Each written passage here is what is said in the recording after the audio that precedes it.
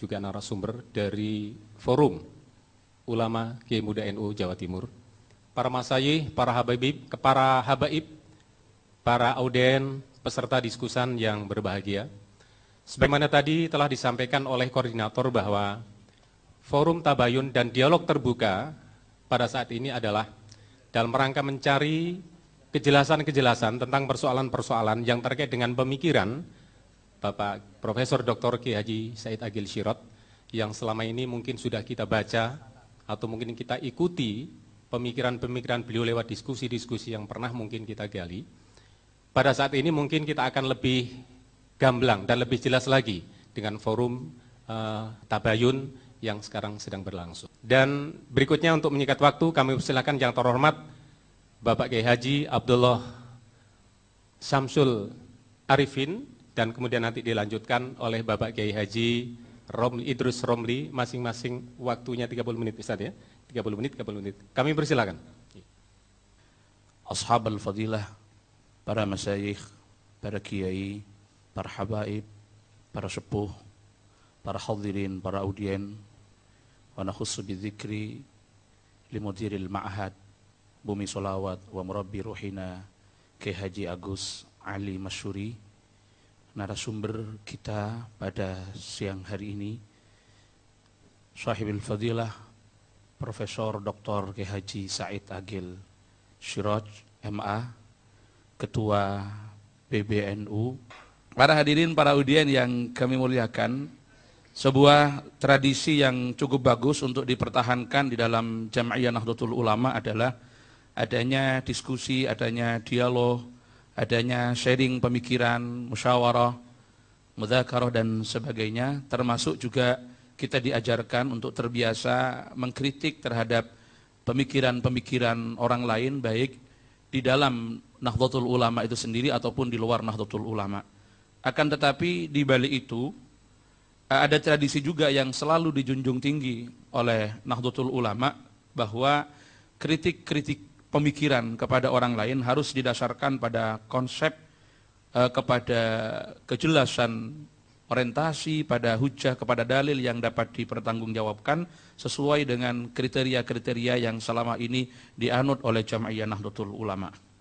Atas dasar inilah maka forum pada saat ini tidak bermaksud untuk membuka atau menampakkan kepada para halayak tentang adanya pemikiran-pemikiran dari beberapa tokoh NU yang sekarang sedang ramai dibicarakan untuk diungkit-ungkit kembali. Akan tetapi karena itu sudah menggelinding yang tentunya banyak orang tahu sejauh mana pemikiran-pemikiran yang dianggap nyeleneh, dianggap keluar dari mainstream Nahdlatul Ulama itu dapat dipertanggungjawabkan atau paling tidak ada klarifikasi kepada para halayak, utamanya kepada keluarga besar Jam'iyah Nahdlatul Ulama, bahwa apa yang mereka tuduhkan, apa yang mereka dengar sebetulnya tidak benar. Lah ini mungkin yang sangat perlu untuk kita temukan jawabannya di dalam forum dialog seperti pada siang hari ini.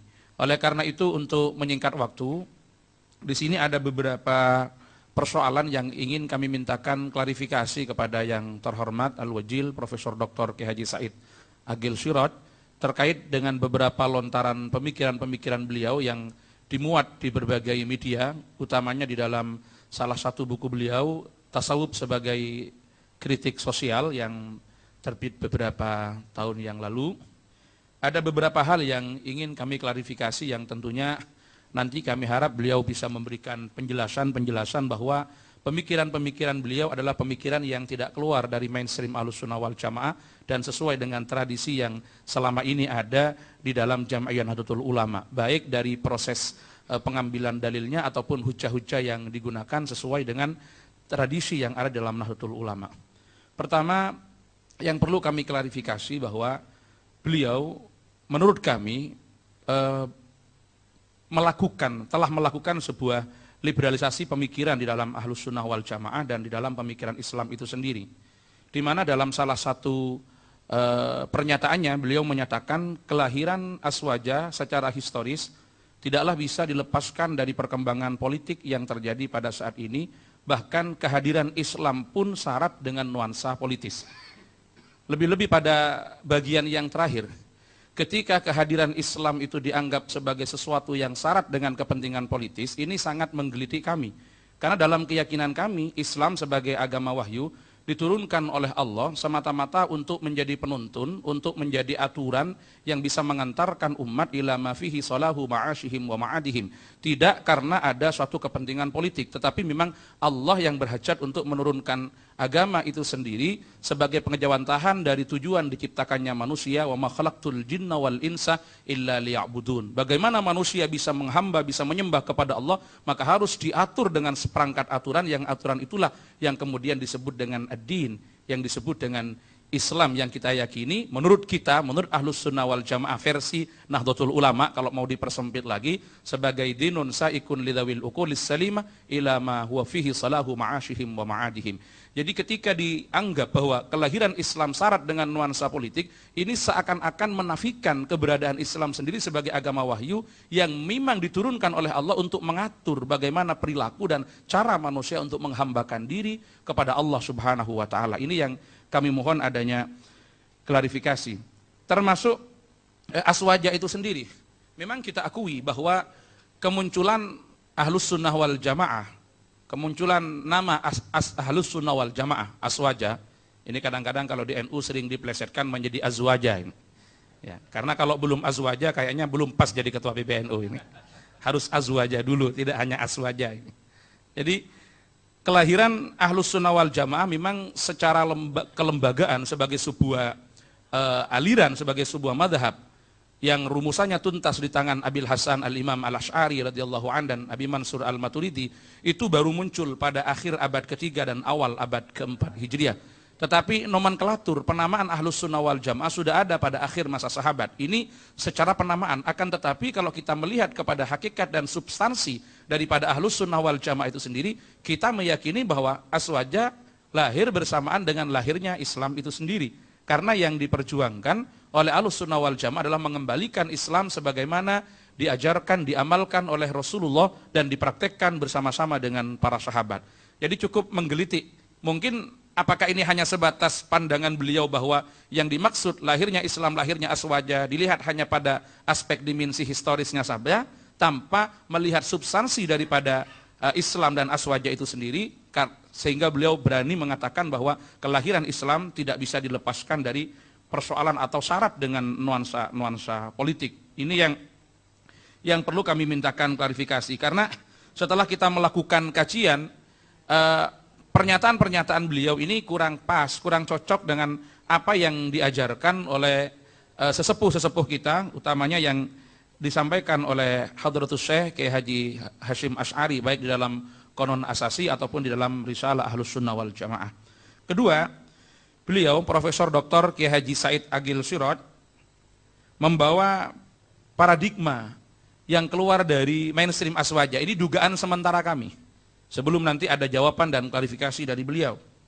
Seperti yang ditegaskan keluar dari mainstream aswaja sebagaimana yang diajarkan dan dikembangkan oleh Hadratus Syekh Kiai Haji Hasyim Asy'ari. Ini nampak sekali dengan beberapa kasus di mana beliau banyak mengadopsi logika Syiah dan Mu'tazilah dan diklaim sebagai pemikiran aswaja. Di antara paradigma Syiah dan Mu'tazilah yang diadopsi oleh beliau, beliau menyampaikan di dalam buku Tasawuf sebagai kritik sosial itu pada halaman 80, 81, 416 dan 417, bahwa Ahlus Sunnah wal Jamaah dengan konsep keimanan terhadap qada dan qadar Allah itu berarti Jabariyah. Sedangkan Jabariyah dikembangkan dan didukung oleh Muawiyah bin Abi Sufyan guna melanggengkan status quo serta meyakinkan keabsahan dinastinya. Nah, ini mungkin hal-hal yang juga perlu kami mintakan klarifikasi kepada beliau, karena data-data ini nampaknya beliau ambil dari karya-karyanya orang Mu'tazilah. Jadi diambil dari salah satu buku yang berjudul Tabaqatul Mu'tazilah. Ini asumsi-asumsi yang semacam itu kita temukan referensinya di sana. Padahal bagi kita konsep qada dan qadar Allah itu bukan Jabariyah, tetapi konsep yang membedakan antara Qadariyah dengan Ahlus Sunnah wal Jamaah. Sedangkan pernyataan bahwa Muawiyah yang mengembangkan dan mendukung Jabariyah untuk melanggengkan kekuasaannya dan membenarkan semua tindakannya, menurut kami dari penelitian kami sampai saat ini tidak didukung oleh riwayat yang valid yang bisa dipertanggungjawabkan keabsahannya. Qadariyah, kata beliau, dikembangkan oleh Muhammad bin Ali al-Hanafiyah yang diklaim sebagai guru Wasil bin Atta, salah seorang pendiri Mu'tazilah. Padahal menurut penelitian kami, Qadariyah itu didirikan oleh Ma'bad bin Khalid al-Juhani pada masa-masa akhir generasi sahabat, dan pandangan ini yang ditentang oleh Ibnu Umar, Jabir, Anas, serta sahabat yang lain sebagaimana dijelaskan oleh Ki Haji Hasyim Asy'ari di dalam Risalah Ahlus Sunnah wal Jamaah. Yang ketiga, ada salah satu pernyataan beliau yang menyatakan bahwa Syiah dan Mu'tazilah patut dikatakan Ahlus Sunnah. Sementara ini rata-rata ketika orang ditanya, apa Sunni itu? Sunni ini definisi negatifnya yang bukan Syi'i gitu. Sementara definisi negatifnya Sunni yang bukan Syi'i, Syi'i yang bukan Sunni. Karena kedua kelompok ini tidak pernah menyatakan bahwa salah satu masuk di dalam yang lainnya. Tetapi beliau mengatakan bahwa Syiah dan Mu'tazilah patut dikatakan Ahlus Sunnah wal Jamaah. Sedangkan perbedaannya dengan Asy'ariyah dan Maturidiyah hanya bersifat furu'iyah. Padahal menurut pandangan kami, Syiah, Mu'tazilah bukanlah Ahlus Sunnah, sedangkan perbedaan antara Syiah dan Ahlus Sunnah tidak hanya ada pada persoalan furu'iyah, tetapi itu masuk pada persoalan-persoalan usul. Ini sebagaimana dijelaskan oleh Hadratus Syekh Ki Haji Hasyim Asy'ari dalam Risalah Ahlus Sunnah wal Jamaah. Kami tidak mengukur dari kitab-kitab yang lain, kami hanya ingin mengukur pemikiran beliau cocok enggak dengan tradisi Nahdlatul Ulama. Nah, kalau seumpama beliau berpikir itu tanpa melabelkan NU, ya berpikir kemana saja, mengambil rujukan di mana saja, kita tidak mau tahu. Tetapi karena selaku ketua PBNU dan calon ketua umum PBNU, maka harus diukur dengan tradisi Nahdlatul Ulama, salah satunya dengan produk-produk orisinil dari NU sendiri, yaitu karya-karya Hadratus Syekh Ki Haji Hasyim Asy'ari. Ini yang sementara ini menjadi patokan kami. Karena bagaimanapun, beliau secara tegas di dalam Risalah Ahlus Sunnah wal Jamaah itu termasuk di dalam Qonun Asasi menyatakan bahwa Rafidhah termasuk Syiah adalah kelompok di luar Ahlus Sunnah wal Jamaah yang tidak patut untuk diikuti dan tidak boleh untuk diamalkan oleh umat Islam di Indonesia, khususnya oleh keluarga Nahdlatul Ulama. Dan beliau mengatakan bahwa Rafidhah termasuk Syiah ini merupakan bagian daripada aliran yang sesat di dalam Islam. Ini ukuran-ukuran yang dipakai oleh Ki Haji Hasyim Asy'ari yang kemudian kita anut dan kita nukil pada kesempatan ini. Berikutnya, beliau, Profesor Dr. Ki Haji Said Agil Sirot, bersikap lunak dan husnudzon terhadap aliran Syiah dan Mu'tazilah, seperti yang saya katakan tadi, dengan menganggap mereka sebagai bagian dari Ahlus Sunnah wal Jamaah, di mana perselisihannya hanya perselisihan furu'iyah, padahal pada saat yang sama justru beliau bersikap keras dan suudzon dalam menyikapi perkembangan politik yang terjadi pada masa sahabat Nabi dan menyikapi secara kritis terhadap pemikiran Ki Haji Hasyim Asy'ari. Bahkan dalam salah satu makalah, apakah itu makalah yang dulu atau sudah dirujuk pendapatnya, beliau juga sempat melontarkan pemikiran yang menurut kami cukup nakal begitu di telinga Nahdlatul Ulama dengan mengatakan rumusan aswajanya Ki Haji Hasyim Asy'ari ini adalah sebuah rumusan yang cukup memalukan begitu. Nah, ketika ini dipahami dan dibaca oleh komunitas Nahdlatul Ulama, nampaknya pembelaan kepada NU sendiri tidak ada, justru bersikap lunak dan husnudzon kepada orang-orang yang selama ini berbeda dengan Nahdlatul Ulama dan dianggap tidak masuk bagian daripada Ahlus Sunnah wal Jamaah sebagaimana yang kita yakini seperti Syiah dan Mu'tazilah itu sendiri. Kemudian ada lagi beberapa pemikiran beliau yang secara singkat kami sampaikan. Beliau juga mengatakan bahwa ini yang perlu kami klarifikasi tentang Ahmadiyah bukan aliran yang sesat. Ini kami juga minta klarifikasi apakah memang seperti itu atau ada pemelintiran orang terhadap pernyataan-pernyataan ini. Yang terakhir tentang pluralisme agama, sebetulnya ini agak mirip dengan pemikirannya jaringan Islam liberal, di mana beliau, Profesor Dr. Ki Haji Said Agil Sirot, mengatakan bahwa semua agama itu benar dengan berargumentasi pada ayat 62 dari surah Al-Baqarah yang mengatakan Innal ladzina amanu wal ladzina hadu wan nasara was sabiina man amana billahi wal yaumil akhir wa amila salihan falahum ajruhum 'inda rabbihim fala khaufun 'alaihim wa lahum yahzanun. Ini hampir sama dengan apa yang kemarin kami klarifikasi kepada jaringan Islam liberal. Kami menginginkan beliau menunjukkan data-data yang atau rujukan dari kitab-kitab tafsir yang dijadikan kesimpulan oleh beliau untuk mengembangkan aspek toleransi yang sangat tinggi atau mengembangkan pemahaman Islam yang inklusif yang tentunya sesuai dengan standar yang dipakai di dalam Nahdlatul Ulama, sesuai dengan Kutub Al-Mu'tabarah yang selama ini dijadikan patokan dan dijadikan pegangan di dalam Nahdlatul Ulama. Karena menurut pandangan beliau, ayat tersebut tidak hanya dapat meruntuhkan dominasi syariah yang bersifat dzanniyat, tetapi memupus ragam-ragam absolutisme agama yang banyak terefleksi pada doktrin-doktrin teologi. Menurut beliau, dalam teks ayat tersebut, kebajikan dan balasan baik dari Allah, yaitu surga, tidak akan melihat predikat mukmin, Yahudi, Kristen, Majusi, Buddhis, penganut Konghucu atau label-label agama lainnya, namun titik tekannya hanya ada pada kemauan mereka beriman kepadanya dan kehidupan akhirat serta beramal soleh. Nah, ini yang cukup menggelitik kami, karena dalam pemahaman kami bahwa mereka-mereka itu orang-orang yang beriman, orang-orang Yahudi, orang-orang Nasrani, itu kalau mereka beramal soleh, mereka baik, mereka beriman, mereka akan mendapatkan pahala dari Allah ketika mereka berpegang teguh pada agama mereka sebelum agama mereka dinasah oleh Islam. Karena menurut keyakinan kita, keluarga besar Jamiah Nahdlatul Ulama, turunnya agama samawi itu secara otomatis menasah terhadap agama yang sebelumnya dan sebelumnya.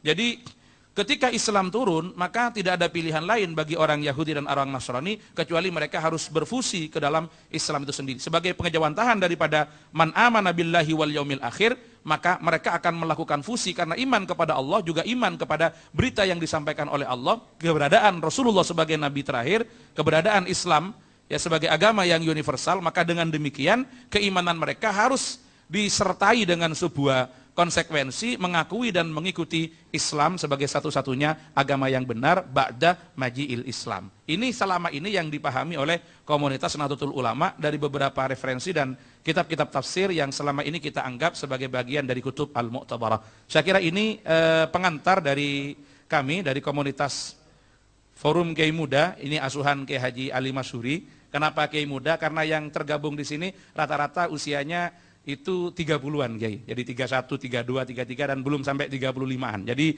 disebut dengan Kiai Muda semua ini. Ini bimbingan dan asuhan Kiai Haji Agus Ali Masyhuri. Untuk selanjutnya kami kembalikan kepada moderator untuk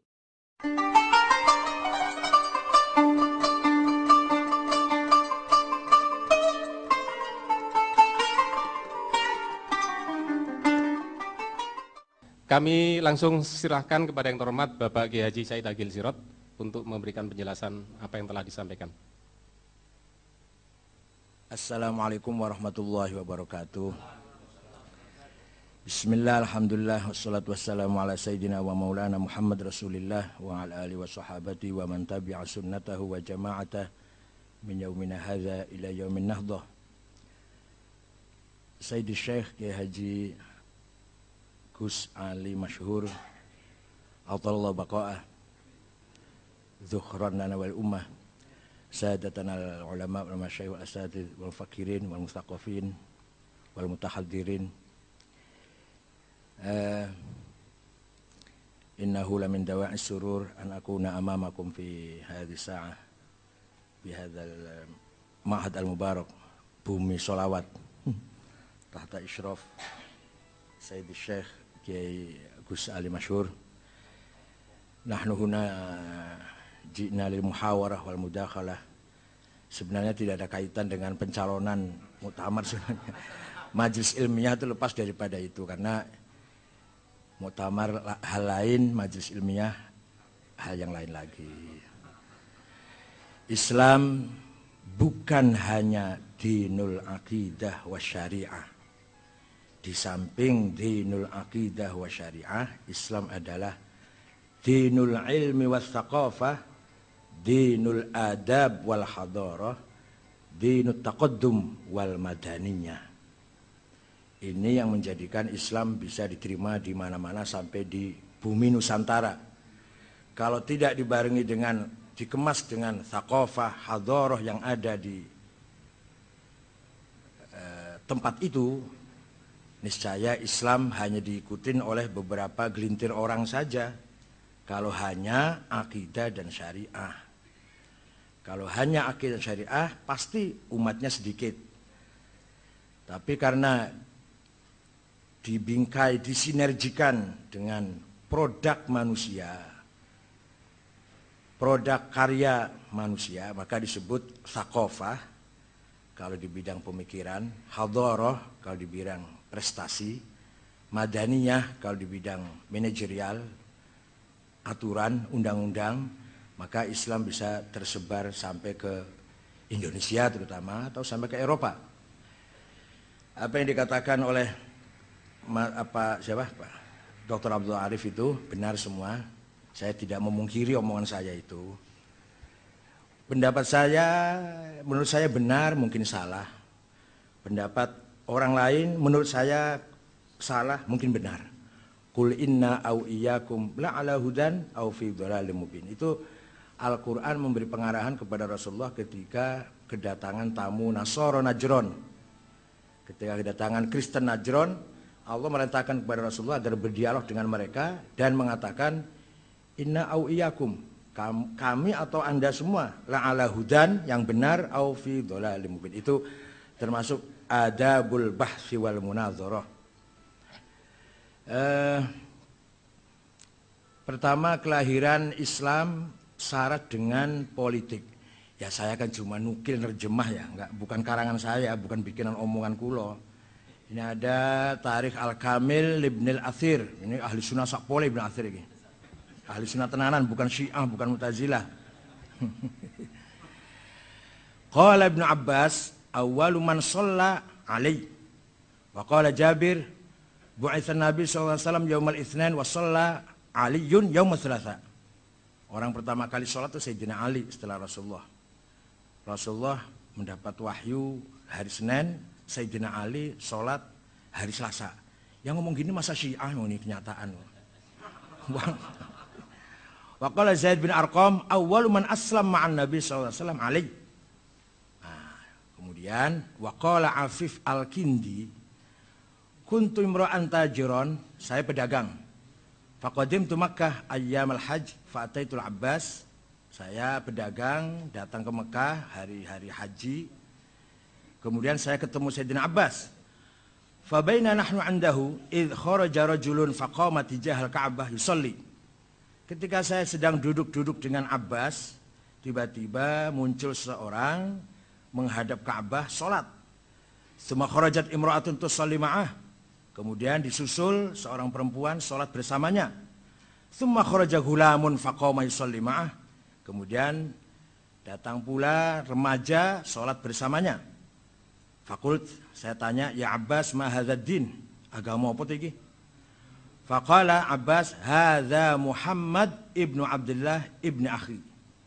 Ini Muhammad anak saudara saya Abdullah. Za'ama, Muhammad mengira, annallaha arsalahu, Allah telah mengutusnya, wa anna kunuza Kisra wa Kaisar satuftahu alaih. Ini sudah bahasa politik namanya. Menurut pemahaman zaman sekarang. Kalau sudah fatah, itu sudah bahasa politik, kekuasaan maksudnya. Menurut Muhammad mengira, kata Abbas, dia diutus oleh Allah dan kekayaan raja dan kaisar, Kisra dan kaisar Persia dan Romawi, satuftahu alaih, akan dikuasainya, akan dikuasai olehnya. Wa hadhi imra'atuhu Khadijah amanat bih. Dan ini istrinya ini Khadijah, dia percaya kepadanya. Wa hadzal ghulam Ali bin Abi Thalib amanat bih. Dan yang satu itu yang remaja itu Ali itu bin Abi Thalib juga iman kepadanya. Wa aimullahi ma a'lam ala dzil ard ahadan ala hadzal din illa haula thalathah. Demi Allah saya enggak tahu agama di atas bumi yang seperti ini kecuali yang orang tiga ini, yang diikuti oleh orang tiga ini.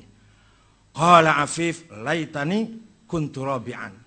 Mudah-mudahan saya nanti yang nomor 4. Jadi agama ini baru orang tiga, Muhammad, Khadijah, dan Ali. Kata Afif, mudah-mudahan aku nomor 4-nya. Bahasa satuftahu kunuza, satuftahu alayya, katakan Rasulullah satu alaihi, kunuz Kisra wa Kaisar, ini sudah bahasa politik.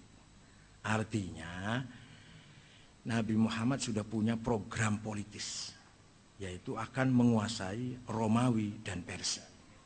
Begitu pula Wali Songo. Wali Songo juga punya proyek politik itu. Di samping ya jelas kalau dakwah akidah ya pasti itu ya. Tapi juga proyek politik. Maka sebelum ada kerajaan Islam masih dakwah bis-tsaqafah wal hadarah. Tapi begitu berdiri kerajaan Demak oleh Raden Fatah atas izin Sunan Ampel, itu sudah mulai di situ masuk kekuasaan atau masuk politik. Dan alhamdulillah Majapahit, Pajajaran, Sriwijaya hilang kertaneng bumi, hilang sirno kertaneng bumi. Tidak usah dibom, tidak usah diserang, sudah hilang sendiri. Surodiro Jayaningrat lebur dening pangastuti. Kejayaan keningratan orang Hindu lebur hancur oleh doanya santri pangastuti itu. Santri dulu tapi. Kalau santri sekarang sudah ndrobos doanya. Keseringan bikin proposal. Jadi bisa dipahami bahwa lapal atau statement pernyataannya Abbas mengatakan za'ama annallaha arsalahu wa anna Kisra wa Kaisar Persi wa Romawi satuftahu alaih, ini sudah proyek politik, agenda politik, agenda kekuasaan. Jadi Islam tidak bisa lepas dari agenda kekuasaan. Hanya metodenya, caranya, sistemnya beda-beda. Ada yang bila perlu bil qital, bila tidak perlu ya bil dakwah, bil hikmah wal mau'izatul hasanah. Tapi kepepet ya bil qital, bil harb. Dan ternyata berhasil Rasulullah itu. Persi sudah hilang ketika zaman Utsman bin Affan. Dimulai dengan ketika zaman Sayyidina Umar, perang Al-Qadisiyah di bawah komandan Sa'ad bin Abi Waqqas sudah mulai menggetarkan Persi, rajanya sampai lari. Kemudian Sayyidina Utsman melanjutkan apa yang dimulai oleh Sayyidina Umar sampai terakhir Raja Persi Yazdirjid kedua mati dan selesailah sudah yang namanya Imperium Persia yang sudah ratusan tahun sejak dimulai dibangun oleh Maharaja Diraja Khoras dengan agamanya Zoroaster, kitab sucinya Avesta Sandinista. Kalau Romawi bertahan lama, baru hilang Romawi dari peta bumi tahun 1455. Baru kemarin ini artinya baru 500 tahun ya, 1455, yaitu Sultan Muhammad Al-Fatih dari dinasti Utsmaniyah. Itu menurut saya ini pemahaman politik. Jadi sekedar pemahaman ya. Kalau bacanya cuma utawi iku letterlek ya nggak jauh itu. Tapi saya dulu juga baca kitab utawi iku saya hafal.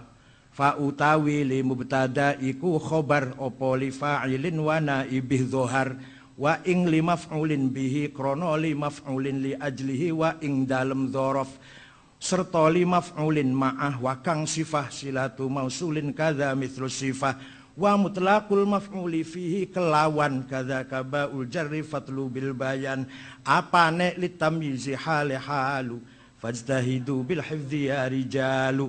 Juga saya apal itu. Artinya dulu juga saya ngaji utawi iku dulu juga sama. Malah pernah ngaji Ja'a Zaidun saya nggak paham, baru paham sekarang bahwa itu kategori 10. Zaidut tawilul abyadu ibnu maliki fi baitihi bil amsi kana muttaqi biwa biyadihi saifun lawahu faltawa fahadhihi maqulatun ashrun sawa. Rupanya kiainya ngajarnya kurang paham, apalagi yang ngajinya. Saya paham sekarang, oh itu kategori 10. Zaidun itu esensi atau will quality, al-abyad quality, Ibnu Malik relasi, fi baitihi peles, bil amsi times, kana mutaki posisi biadihi saifun to have, lawahu aksi, faltawa reaksi. Itu Syekh Ahmad Zaini Dahlan yang bikin kitab Ja'a Zaidun, gurunya Syekh Muhammad Nawawi Banten dan Syekh Ahmad Khotib Sambas. Ahmad Khotib Sambas wafat tahun 1794. Kalau Muhammad Nawawi Banten wafat tahun 1884. Khotib Sambas 1792. Kalau Muhammad Nawawi Banten 1884. Syekh Nawawi Banten punya murid Ki Mahfud Termas. Mahfud Termas punya murid Ki Hasyim Asy'ari. Hasyim Asy'ari diganti putranya Wahid Hasyim, Wahid Hasyim ganti putranya Abdurrahman Wahid, Abdurrahman Wahid diganti Hasyim Muzadi. Ahmad Zaini Dahlan muridnya Syekh Ad-Dasuqi yang punya Ummul Barahin. Ad-Dasuqi muridnya Al-Baijuri yang punya Jauhar Tauhid. Al-Bajuri muridnya Abu Abdullah Muhammad As-Sanusi yang punya Al-Aqidatul Kubra. As-Sanusi muridnya Muhammad Abduddin Al-Iji yang punya Al-Mawaqif fi Ilmil Kalam 7 jilid. Al-Iji muridnya Muhammad bin Umar Fakhrur Razi yang punya kitab banyak termasuk Mafatihul Ghaib, Al-Mabahithul Masyriqiyah, Al-Matalibul Aliyah dan lain-lainnya. Razi gurunya adalah Abdul Karim Asy-Syahristani yang punya Al-Milal wa Nihal, Musara'atul Falasifah, Nihayatul Iqdam fi Ilmil Kalam. Syahristani muridnya Abu Hamid Muhammad Al-Ghazali yang kitabnya sangat banyak. Imam Ghazali muridnya Abdul Malik Al-Juwaini Imamul Haramain yang punya Al-Lataiful Isyarat, Al-Kafiyah fil Jadal, Ghiyathul Umam, Al-Arba'in fil Suluddin.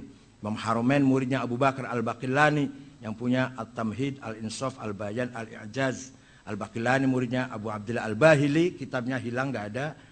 Al-Bahili muridnya Abul Hasan Ali Al-Asy'ari radhiyallahu anhum kulluhum. Asy'ari kitabnya Al-Ibanah, Maqalatul Islamiyyin, Al-Luma', Risalah ila Ahli Thagar, itu yang saya punya, yang lainnya masih banyak. Asy'ari orang Mu'tazilah, 40 tahun aktivis Mu'tazilah. Kemudian beliau keluar dari Mu'tazilah karena Mu'tazilah hampir jil. Salah satunya Mu'tazilah mengatakan membaca ayat Quran harus masuk akal. Qul a'udzu birabbil falaq min syarrin ma khalaq. Saya berlindung kepada Allah yang Rabbil Falak dari kejahatan yang tidak, ma'nya nafi. Itu Mu'tazilah kalau baca Falak itu ma'nya manafi bukan ma isim mausul. Ya, karena Allah menurut Mu'tazilah tidak menciptakan kejahatan. Termasuk prinsip Mu'tazilah as-sulh wal aslah. Nah, Asy'ari muridnya orang Mu'tazilah Abu Ali Al-Jubai. Abu Ali muridnya Abu Hashim Al-Jubai. Abu Hashim muridnya Abul Huzail Al-Allaf. Abul Allaf muridnya Ibrahim An-Nazzam. An-Nazzam muridnya Amr bin Ubaid, pencipta ilmu balaghah. Amr bin Ubaid muridnya Wasil bin Atha. Wasil bin Atha pendiri Mu'tazilah, orang pinter tapi sayang tidak bisa mengucapkan R, R itu nggak bisa. Tapi kalau bicara berjam-jam bisa menghindar huruf R. Jadi nggak pernah ketemu dengan ro itu kalau ngomong. Dan beliau pernah mengislamkan satu kali majelis wahid 6.000 orang Majusi masuk Islam dengan hujahnya, dengan kecerdasannya, dengan ilmu kalamnya. Itulah Mu'tazilah. Wasil bin Atha, muridnya Muhammad putra Sayyidina Ali dari istri kedua. Siti Fatimah wafat, Sayyidina Ali nikah lagi dengan seorang perempuan namanya Khawlah binti Ja'far dari suku Bani Hanifah. Maka Muhammad untuk membedakan dengan Sayyidina Hasan dan Husain diberi Muhammad bin Hanafiyah. Orangnya cerdas, bukan masalah cerdas, orangnya terjunnya di ilmu. Kalau Sayyidina Hasan Husain politik. Ini saya bisa mau ngeritik Ahlul Bait, berarti saya bukan Syiah. Nah, saya mau ngeritik Ahlul Bait nih, berarti saya bukan Syiah. Ahlul Bait itu sayangnya sibuk politik, sayangnya. Sayyidina Hasan sibuk politik, Sayyidina Husain politik, Ali Zainal Abidin, Muhammad Al-Baqir, Ja'far Shadiq, Musa Al-Kazim, Ali Ridho, Muhammad Al-Jawad, Ali Al-Hadi, Hasan Askari, Imam Zaid, semuanya politik semua, aktivitasnya itu. Seandainya Ahlul Bait itu terjun di ilmu, kalah semua itu. Kalah semua itu, Imam Bukhari, Muslim, Imam Hasan Basri. Imam Hasan Basri itu bapaknya saja masih Majusi, namanya Syekh Yasar. Seandainya Sayyidina Hasan Husain kok keilmiah, Imam Hasan Basri kalah. Entah hikmatullah ya, hikmah dari Allah. Ahli Bait terjun politik, maka ilmu di take over oleh kebanyakan mawali. Mawali itu artinya bekas budak, tapi sudah tidak. Iya, bekas budak, bekas tahanan perang. Hasan Basri bapaknya tahanan perang. Dan seterusnya. Fudail bin Iyad, Sufyan Tsauri itu semua bukan orang Arab semua itu. Yang ahli hadis itu nggak ada satupun orang Arab. Satu aja nggak ada orang Arab ahli hadis. Bukhari, Muslim, Abu Dawud, Tirmidzi, Nasai, Ibnu Majah, Daraqutni, nggak ada orang Arab itu. Ibnu Huzaimah. Imam 4 itu yang Arab 2, yang 2 bukan. Imam Syafi'i dan Malik orang Arab, Imam Hanafi dan Hambali bukan orang Arab. Ahli tafsir itu yang besar-besar bukan orang Arab. Ibnu Jarir, Ja'far At-Tabari orang Tabaristan, dan Razi juga orang Rai, itu mufassirin. Walhasil kelemahan Ahlul Bait waktu itu terjebak oleh politik. Oleh karena itu yang membangun peradaban thaqafah, hadarah bukan politikus tapi para ulama dan mufakirin. Seandainya tidak ada model orang kayak Hanafi, Syafi'i, Malik, Hambali, Bukhari, Muslim dan teman-temannya, Imam Abu Asy'ari, Imam Junaid, niscaya Islam tanpa ilmu. Niscaya Islam hanya politik. Seandainya nggak ada NU di Indonesia ini Islam tinggal plangnya saja. Itu pun kalau orang NU-nya tetap khitoh. Kalau ke politik ya udah politik semua. Jadi yang membesarkan Islam selama ini ilmil ulama, bukan siasatil zu'ama, bukan. Para politisi itu 4 orang saja yang baik. 1, Umar bin Abdul Aziz dari dinasti Bani Umayyah. 2, Harun Rashid dari dinasti Bani Abbasiyah. 3, Salahuddin Al-Ayyubi dari Ayyubiyah. Dan Sultan Muhammad Al-Fatih dari Utsmaniyah. Lainnya, raja-raja yang lain tidak beda dengan kayak Pak Harto atau kayak... Ya biasa ya, kalau dengan lawan membunuh dengan apa kejam biasa itu. Bahkan banyak sekali ya dinasti Utsmaniyah tuh anak membunuh bapaknya supaya cepat-cepat jadi raja kan. Nunggu mati anaknya kok, nunggu mati bapaknya kok suwi banget pateni wae. Sultan Brunei mengkudeta bapaknya. Amir Qatar sekarang ini juga menggulingkan bapaknya. Bapaknya dibuang ke Inggris, dia rebut kekuasaannya. Nggak sabar ngenteni bapaknya mati. Nah itu kalau sudah bicara politik. Jadi yang mengangkat Islam ini adalah al-thaqafah, al-ilm, al-hadarah yang digeluti atau dikembangkan oleh ilmu ulama. Kemudian sejarah politik Islam.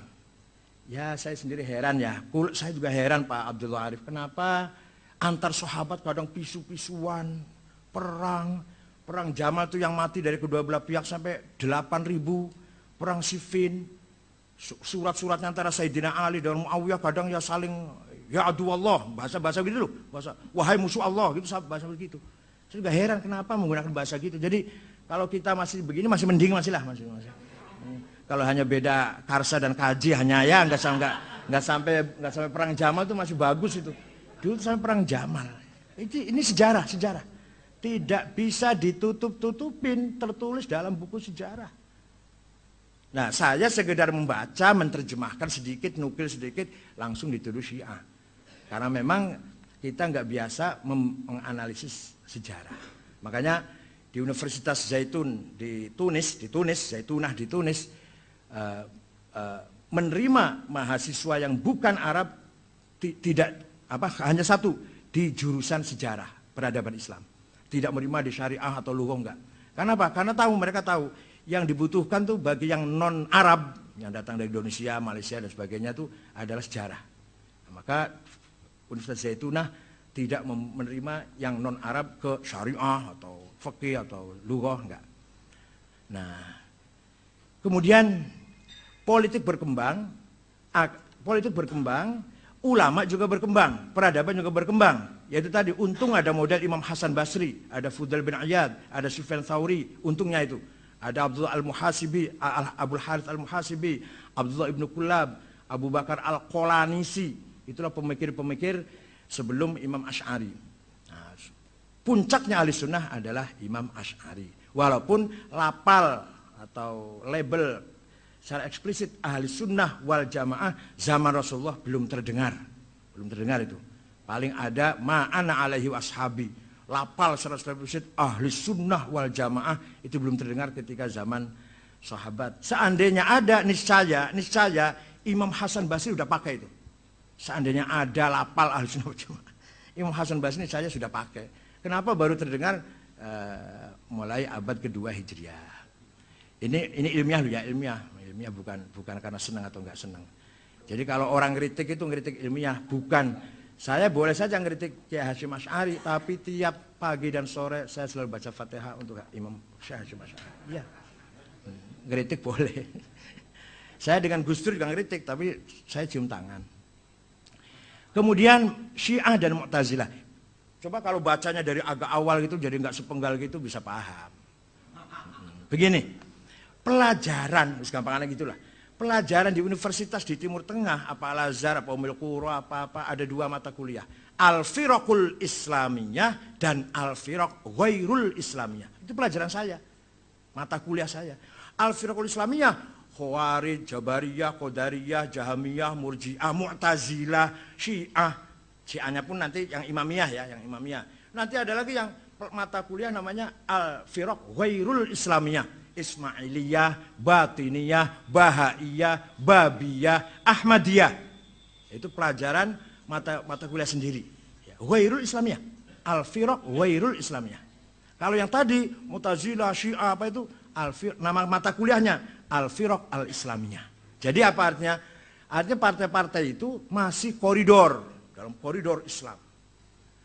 Lahirnya dari betul-betul dari ihtikak wal munafasah di dalam internal masyarakat Islam sendiri.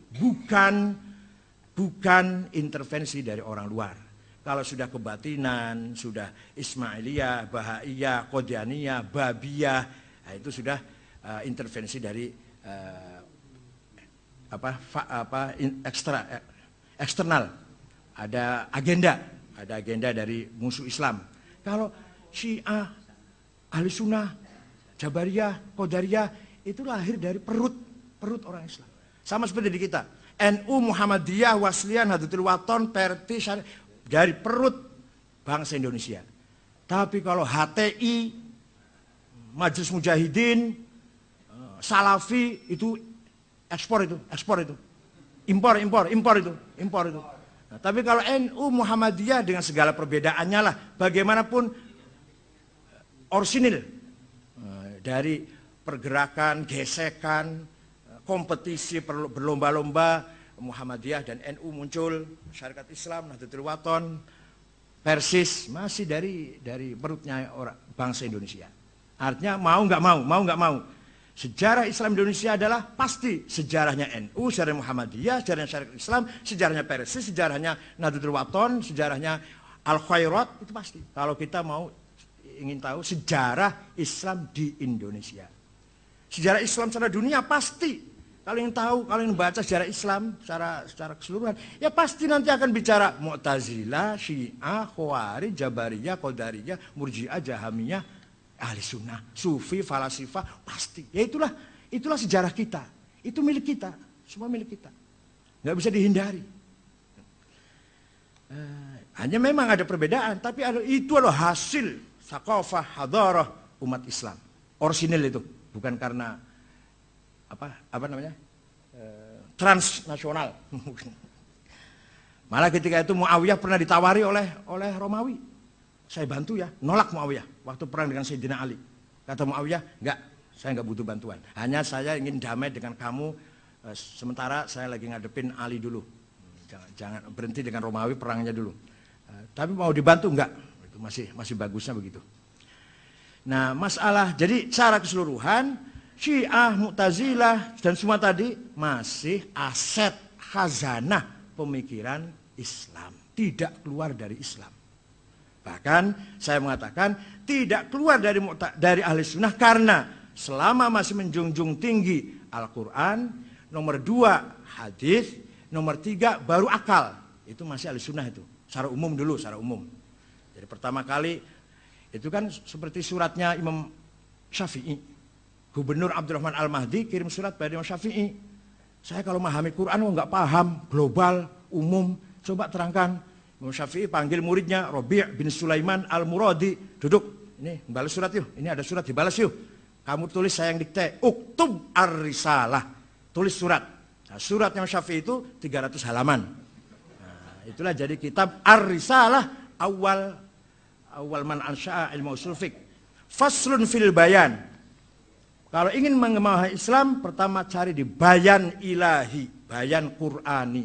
Tapi Quran harus tahu, ada mutasyabihah, ada muhkamah, ada hakikat, ada majaz, ada nasikh, ada mansukh, ada dan seterusnya. Kalau di Quran nggak ketemu, baru bayan nabawi. Bayan nabawi ada mutawatir, masyhur, aziz, ahad. Itu pun masih ada 4 grade. Yang paling bobotnya tajam, kalau redaksinya hadis, amarona Rasulullah, nahana Rasulullah an kadza, itu bobot nomor 1. Nomor 2, yang bobotnya nomor 2, kunna ma'a Rasulillah naf'alu kadza. Saya bersama-sama Rasulullah mengerjakan begini. Nomor 3, ra'aitu Rasulullah yaf'alu kadza. Itu nomor 3. Nomor 4, an Rasulillah qala sallallahu alaihi wasallam, hadisnya mubaligh. Ya enggak apa-apa, enggak usah berbobot, enggak apa-apa, mubaligh saja. Yang penting amplopnya bisa. Amplop itu penting. Kalau tebal sahih, kalau tipis dhaif. Kalau tipis tapi yang memberikan tuh IPPNU yang cantik, sahih li ghairi. Ada mustalahul amplop. Kemudian Jabariyah, aduh sayang kitabnya nggak saya bawa nih yang cerita itu. Bahwa itu Nash'atul Fikr Falsafi karangan Dr. Ali Sami Nashar. Dr. Sami Nashar itu Asy'ari Tulen abad 20. Nah, itu guru besar Mesir yang membelain mazhab Asy'ari. Ceritanya setelah Sayyidina Ali meninggal, Muawiyah ngomong, semua yang terjadi ini biqudratillah wa qadaihi wa masyiatihi wa ridahu. Laulam yardo lam yaqa. Ini semua takdir Gusti Allah. Ali kalah, aku menang. Nah, dia kan menang, nggak ada Ali, nggak ada saingan sudah. Dan barang siapa nggak menerima ini, berarti nggak menerima, menolak takdir Allah atau kehendak Allah. Ini kan politis nih, lepas dari benar atau enggak, akidah itu, tapi itu jelas digunakan untuk kepentingan politik. Maka dikanter oleh putra Sayyidina Ali yang namanya Muhammad itu menggelar pengajian di Masjid Madinah, la qadha wala qadar, af'alul ibad minal ibad, titik. Tidak ada qadha-qadar, perbuatan manusia dari manusia. Imannya Abu Bakar, imannya Umar dari Abu Bakar Umar sendiri. Kufurnya Abu Jahal, Abu Lahab dari Abu Lahab, bukan takdir Allah, bukan intervensi Allah. Nah, itu pemikirannya Muhammad bin Hanafiyah. La qadha wala qadar, af'alul ibad minal ibad. Di antara muridnya yaitu Syekh Ma'bad Al-Juhani dan Ghailan Ad-Dimashqi. Nambahin la qadha wala qadar, af'alul ibad minal ibad, wal amru unuf. Ini yang disalahkan oleh Ibnu Umar, wal amru unuf. Tidak ada qadha-qadar, perbuatan manusia dari manusia. Allah pun baru tahu kejadian setelah terjadi. Ya Allah kaget, Khofa kalah. JK kalah itu kaget. Loh, JK kok kalah? Itu Allah kaget. Allah taunya JK kalah setelah kalah itu. Allah taunya Khofa kalah setelah kalah itu. Wal amru unuf. Itu yang Sayyidina Ibnu Umar mengatakan, ana bari. Saya tidak ikut campur pendapat seperti itu. Itu disebut al-qadariyatul ula. Qadariyah pertama. Nanti akan dimodernisir oleh Wasil bin Atha. Wasil bin Atha mengatakan af'alul ibadi minal ibad la qadha wala qadar walakinallaha ya'lam. Allah tahu Abu Bakar akan iman, Abu Jahal akan tidak iman, Umar akan iman, Abu Lahab akan tetap kufur, Allah tahu. Tapi imannya Abu Bakar Umar, kufurnya Abu Jahal Abu Lahab bukan takdir Allah, bukan intervensi Allah. Itu menurut Mu'tazilah. Imam Asy'ari mau cari jalan tengah. Nah, tengah itu kadang-kadang tepat, kadang-kadang bulat. Tengah yang namanya tengah. Kadang-kadang nggak jelas. Makanya khitoh itu harus jelas tuh kadang-kadang. Soalnya khitoh itu kadang ada khitoh ideologis, ada khitoh strategis. Kalau ada khitoh strategis itu yang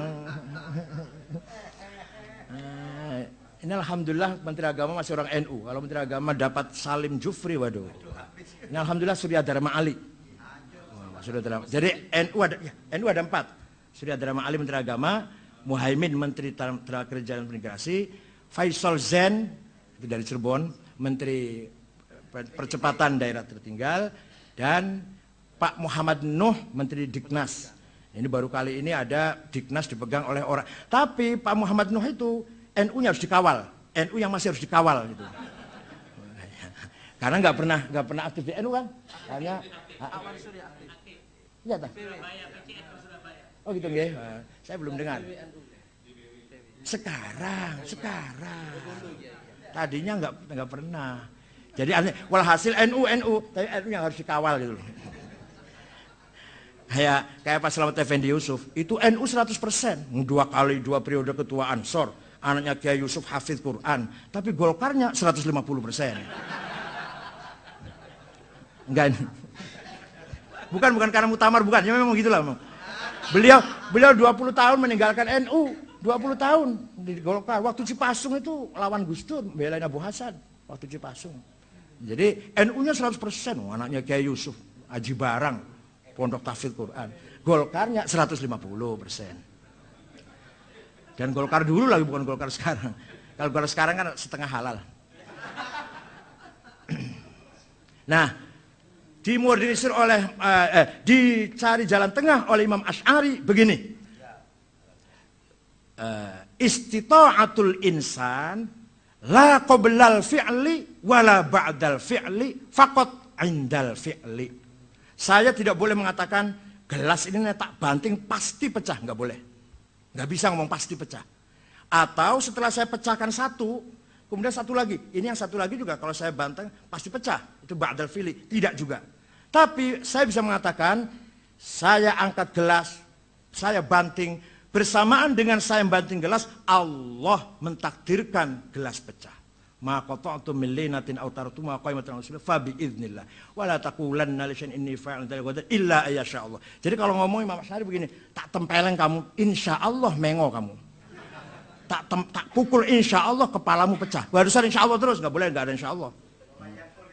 Iya, makanya enggak harus ada. Ya, belum bisa dijadikan ukur kufrun gitu, nggak bisa Pak. Ya nggak apa-apa. Ya, jadi Mu'tazilah mengatakan kalau Mu'tazilah tidak istita'atul insan mutlak qabla fi'li ma'al fi'li indal fi'li. Nah, kalau yang Jabariyah mutlak juga. Manusia tidak bisa apa-apa. La qabla wala ba'da wala ma'a. Asy'ari tengah-tengah. Ba'da dan qabla tidak, tapi ma'indal fi'li. Kalau saya nginjak semut kemudian semut itu mati, itu saya hanya bebarengan, bersamaan saya melakukan kasab, melakukan ikhtiar, nginjak semut, Allah nyabut nyawanya semut. Itu Asy'ari itu. Ya itulah. Nah ini namanya perdebatan ulama luar biasa. Ini pun baru secuil, ini baru sedikit sekali. Kalau baca Maqalatul Islamiyin luar biasa. Dan Imam Asy'ari itu bagusnya, baiknya Imam Asy'ari itu, ketika menceritakan pendapat lawan, tidak apa? Sikoh, tidak nambahin, tidak ngurangin. Dalam kitab Maqalatul Islamiyin. Kalau Ibnu Taimiyah kadang nambahin, kadang ngurangin kalau Ibnu Taimiyah. Atau Abdul Qahir siapa? Al-Baghdadi. Itu kadang keterlaluan kalau menceritakan pendapat lawan. Kalau Asy'ari tidak. Maqalatul Islamiyin apa adanya. Kata lawan itu diceritakan sebenarnya baru dijawab. Nah, udah. Kemudian perbedaan. Jadi kalau kita bicara pokok bahwa Mu'tazilah, Syiah dan Asy'ari sama-sama iman billah, iman bi kutubihi, iman bil yaumil akhir, iman bin nubuwah, iman bis sam'iyat wal ma'ad, sam'iyat, ilahiyat, nubuwat, ma'ad. Ya, Islam masih dalam koridor Islam. Kalau sudah salah satunya itu tidak mempercayai ilahiyat, nubuwat, sam'iyat, ma'ad, baru kita pertanyakan keislamannya. Tapi kalau Mu'tazilah, Asy'ari, Syiah yang imamiyah ya, sama masih percaya pada ilahiyat, nubuwat, sam'iyat, dan ma'ad. Secara umum. Adapun setelah itu perbedaan, jangankan Syiah dan Ahli Sunnah. Di dalam Ahli Sunnah Asy'ari juga kadang tajam sekali perbedaannya. Menurut Imam Razi, yang penting sifat yang 20 cuma satu, sifatul ilmi. Yang penting itu. Sebab kalau sudah ilmu pasti wujud. Kalau ilmu pasti kudrah, kalau ilmu pasti irodah, kalau ilmu pasti hayah, kalam, sama, basor. Kalau ilmu pasti, itu loh. Jadi Imam Razi sendiri mengatakan yang penting sifat Allah satu, al-ilm. Itu kan hampir Mu'tazilah itu. Hampir Mu'tazilah. Kalau Mu'tazilah mengatakan Allah nggak punya sifat. Tapi kalau punya sifat Allah itu qadim apa hadis. Kalau hadis mustahil, zatnya qadim kok sifatnya hadis. Kalau qadim la ta'addadatil qudama. Sing qadim wakil banget, zatnya Allah sifatnya pitu. Berarti wulu qadim. Kristen menganggap 3 qadim saja kafir, apalagi. Nah itu ini hujahnya Mu'tazilah. Maka Allah alimun bi'ilmin huwa dzatuh. Allah qadirun biqudratin hiya dzatuh. Itu i'lanya Mu'tazilah. Kata Asy'ari tidak. Allah alimun bi'ilmin. Wal ilmu sifatun qaimatun zaidatun ala dzat laisat hiya dzat wala hiya ghairuha. Allah itu zat plus sifat ilmu. Ya Allah zat dan ilmu. Ilmu itu zaidah. Lah ilmu ini bukan zat Allah, mengkantar Mu'tazilah. Bukan selain zat Allah, mengkantar Kristen. Kristen mengatakan sifat kalam itu pisah dari zatnya. Jadilah Yesus. Itu namanya antropoforisme. Apa namanya? Antropomorfisme. Ya, ada sifat menjelma menjadi sosok. Namanya tajassud. Itu sebenarnya filsafatnya ditulis oleh Athanasius, yaitu seorang tokoh Kristen patriark dari Alexandria, musuhnya Arius yang masih tauhid, yang kemudian dibela oleh Konstantin sehingga menang melawan Arius di Konsili Nikia tahun 250 Masehi. Jadi saya kalau cerita Kristen juga apal saya, tapi bukan orang Kristen. Nanti dikira saya cerita Syiah apa, orang Syiah. Ada yang ngomong itu, sama ini cerita Syiah lu hafal banget. Ya saya cerita apa saja hafal, kalau yang ini loh, kalau fikih saya enggak, kalau fikih saya angkat tangan. Jadi kalau cerita begini-begini saya hafal. Jadi menurut Asy'ari, sifatun zaidatun ala dzat laisat ghairoha, sifat itu bukan zat, laisat hiya zat, mengcounter Mu'tazilah yang mengatakan sifat hiya zat. Wala hiya ghairoha sebentar. Laisat hiya zat mafhumus sifat mukhalif an mafhumiz zat. Wala ghairoha as-sifah la tanfasilu aniz zati abadan. Itu mengcounter Kristen. Nah, itu pendapatnya Imam Asy'ari. Karena mengcounter Kristen butuh menjawab Kristen, sifat bisa pisah dengan zatnya. Maka kata Asy'ari, wala hiya ghairoha. Lengket dengan zat, enggak bisa mental. Begitu kita Allah artinya zat ma'a sifatih. Begitu kita mengucap Allah itu artinya zat ma'a sifatih. Enggak bisa pisah satupun. La tanfasilu anha abadan. Itu menurut Imam Asy'ari. Sebab kan Imam Asy'ari tidak mungkin, tidak mustahil ada zat tanpa sifat. Bisa ane ono dijenengi zat pasti punya sifat. Maka zat harus ada sifatnya, itu Imam Asy'ari. Kemudian masalah Ahmadiyah, ya bacanya juga sepotong itu Mas, namanya Mas. Keputusan pleno PBNU di Hotel Salak Bogor, nyun sewu terang-terangan saja biar tahu. Kiai Ma'ruf Amin ngotot harus ada kata-kata Ahmadiyah adalah aliran yang sesat dan menyesatkan. Nah, saya diam karena saya juga yakin Ahmadiyah sesat. Saya juga tahu Ahmadiyah sesat.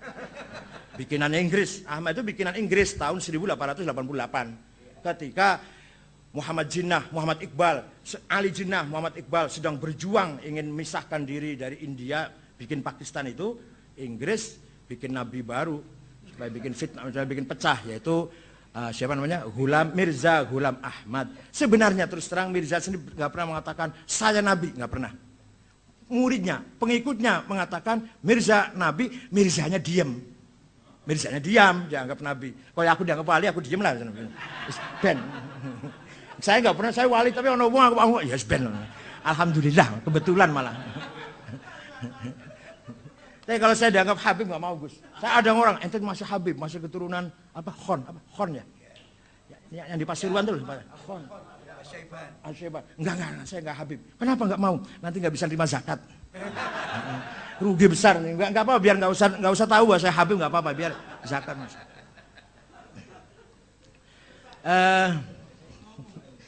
Ahmadiyah menurut keputusan pleno PBNU waktu di sidang komisi Kiai Ma'ruf Amin, Pak Masdar dan saya tetap mengotot ada kata-kata Ahmadiyah adalah aliran yang sesat dan menyesatkan. Ketika di pleno dipimpin oleh Kiai Sahal, Kiai Tolha, katibnya Nazaruddin Umar, ya, tidak usah menggunakan bahasa caci maki. Sehingga keputusannya Ahmadiyah adalah aliran yang ditolak oleh umat Islam di internasional. Itu aja bahasanya. Hanya memperhalus bahasa. Itu kehendaknya Roh Islam. Ketika memimpin sidang pleno, bukan saya, bukan. Saya hanya menulis gitu aja. Iya betul. Bukan kehendak saya. Saya nggak ikut campur masalah. Dalam hati saya tahu itu sesat dan menyesatkan. Tapi Kiai Sahal menghendaki bahasanya jangan gitu. Kita perhalus bahasa. Jadi Ahmadiyah adalah aliran Islam yang ditolak oleh umat Islam dunia. Enggak menghindari bahasa sesat dan menyesatkan itu. Kemudian apa? Agama-agama itu benar. Ya kalau ditafsirnya begini dong Mas. Kalau memang dia amana billahi imanan sahihan wal yaumil akhir imanan sahihan wa amila sholihan amalan mutabiqan li syariatul islamiyah, selesai. Ya kalau imannya beda dengan iman ya jelas. Kalau imannya mengatakan Yesus anak Tuhan, ya jelas tidak benar dong. Yahudi kalau mengatakan Uzair ibnullah ya tidak benar.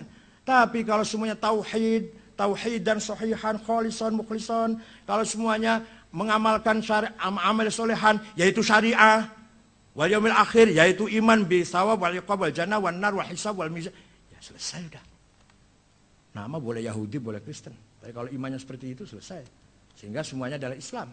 Tapi gak usah menggunakan label Islam, gak apa-apa. Yang penting nilainya Islam. daripada labelnya Islam tapi jauh dari Islam. Kira-kira begitu maksud saya. Ini artinya begini. Keadaan di daerah dengan di Jakarta itu beda. Itu harus disadari. Saya di Jakarta itu menghadapi luar biasa tantangannya. Seminar itu harus ganti-ganti yang diomongkan. Saya setiap diundang seminar harus ganti. Kalau nggak ganti nggak diundang lagi. Harus. Jadi tantangannya besar ke Jakarta. Saya dengan Amir Rais, dengan Kang Jalal, dengan Eki Syahrudin. Dulu waktu belum ada PKB, waktu dulu Orde Baru lah. Amir Rais, sering dengan Pak Amir Rais, Kang Jalal, Nurholis Majid, Eki Syahrudin, dan yang intelek-intelek itu. Ya kitanya harus intelek juga dong. Kalau nggak intelek ya nggak diundang lagi. Artinya kalau nggak diundang bukan berarti amplopnya, bukan. Kita nggak bisa mengatasnamakan tidak mewakili NU lagi. Satu. Yang kedua, akhir-akhir ini saya juga, ya ini maaf kalau bukan, ya barangkali cerita tentang sedikit andil saya. Sibuk ngelayani Wahabi di Bekasi, di Jakarta Timur, di Depok. Pernah saya mau ceramah di Perumahan Galaksi, ada spanduk, hati-hati penceramah ini sesat. Spanduknya itu. Saya datang. Siapa yang nulis spanduk itu, ayo debat dengan saya. Kalau saya kalah, saya ikut dia. Tapi kalau saya menang, dia harus ikut saya. Nggak ada yang muncul. Taunya 2 hari kemudian datang ke rumah dua anak muda. Saya disuruh Adiani, Dr. Adiani, DDI, Adiani ya, keluaran Pakistan. Ya itu. Nah, saya mohon maaf Kiai, saya nulis itu disuruh oleh Adian, ya itu yang dari DDI. Jadi saya tiap hari ngepui Wahabi loh. Ya, ini barangkali andil saya di NU itu. Dan saya pernah mengalahkan Nabiullah Musaddiq. Jadi kalau jenengan paling majelis ulama, kalau saya pernah majelis Ambiya. 3 jam diskusi di Mabes Polri. Ditonton oleh polisi. Polisi nggak ikut campur, cuma nonton. Nabi Musaddiq itu 3 jam tanggal 9 Desember 2007. Dan tobat dan menang saya. Alhamdulillah itu. Dan saya pernah menengahi seminar Sunni Syiah di Qatar. Hari pertama saling caci maki. Syekh Wahbah Zuhaili, Ali Sobuni dengan Ali Taskhiri. Hari kedua saya tengah-tengahin. Alhamdulillah berhasil, dianggap berhasil gitu loh. Akhirnya malah ditindaklanjuti di Istana Bogor. Hanya sayang karena Menlu abstain di Dewan Kamu PBB, maka yang datang bukan tokohnya, orang-orang kurang berbobot lah, baik dari Syiah maupun dari sunnahnya. Karena Menlu, pemerintah Indonesia ikut mengutuk Iran, maka orang Irannya yang datang kecil. Oh ya, kalau Imam Syafi'i simpati pada Syiah, berapa halaman nih? Ini karangan Imam Fakhrur Razi, Manaqibus Syafi'i. Ada beberapa poin Imam Syafi'i mengapa dituduh simpati dengan Syiah. Ada di sini nih. Tawah ya. Sebentar. Ya. Ini ada ini. Za'amu annahu minhum. Ada orang menuduh bahwa Syafi'i itu Rafidah. Wahtajju alaihi biwujuh. Al-awwal, idza dzukira asy'aran musy'ara bi raghbatihi fi dzalikal madhhab wa ruya anna al-Muzanni qala qultu li Syafi'i innaka rajul tuwali ahlul bait. Kata Imam Muzni, jenengan itu ulama yang agak miring ke ahlul bait. Falau amilta fi hadzal bab abyatan, buat jenengan bikin syair. Maka Imam Syafi'i bikin syair, wa ma zala kitmanika hatta ka'annani yaruddu jawab as-sa'ilina li'ajam waqtu muwaddi ma' safai maraddati litaslama min qawlil wushati wa aslamu. Ana syi'i fi dini wa ahli bi Makkah thumma dari asqaliyah bi atyab maulidin wa azza fakhrin wa ahsan madhhabin yasmul bariyah. Jadi ana syi'i, sampai gitu Imam Syafi'i itu. Syairnya ini. Jadi bukan Syiah politik, tapi simpati pada Syiah daripada waktu itu penguasanya zolim-zolim kan gitu. Sampai-sampai Imam Syafi'i dipanggil oleh Harun Rasyid karena dituduh Syiah. Ini Manaqib Syafi'i karangan Imam Razi halaman 140 sampai 141. 2 halaman cerita tentang Imam Syafi'i agak cenderung simpati pada Syiah dalam rangka ngeritik pemerintah yang zalim. Assalamualaikum warahmatullahi wabarakatuh. Assalamualaikum warahmatullahi wabarakatuh.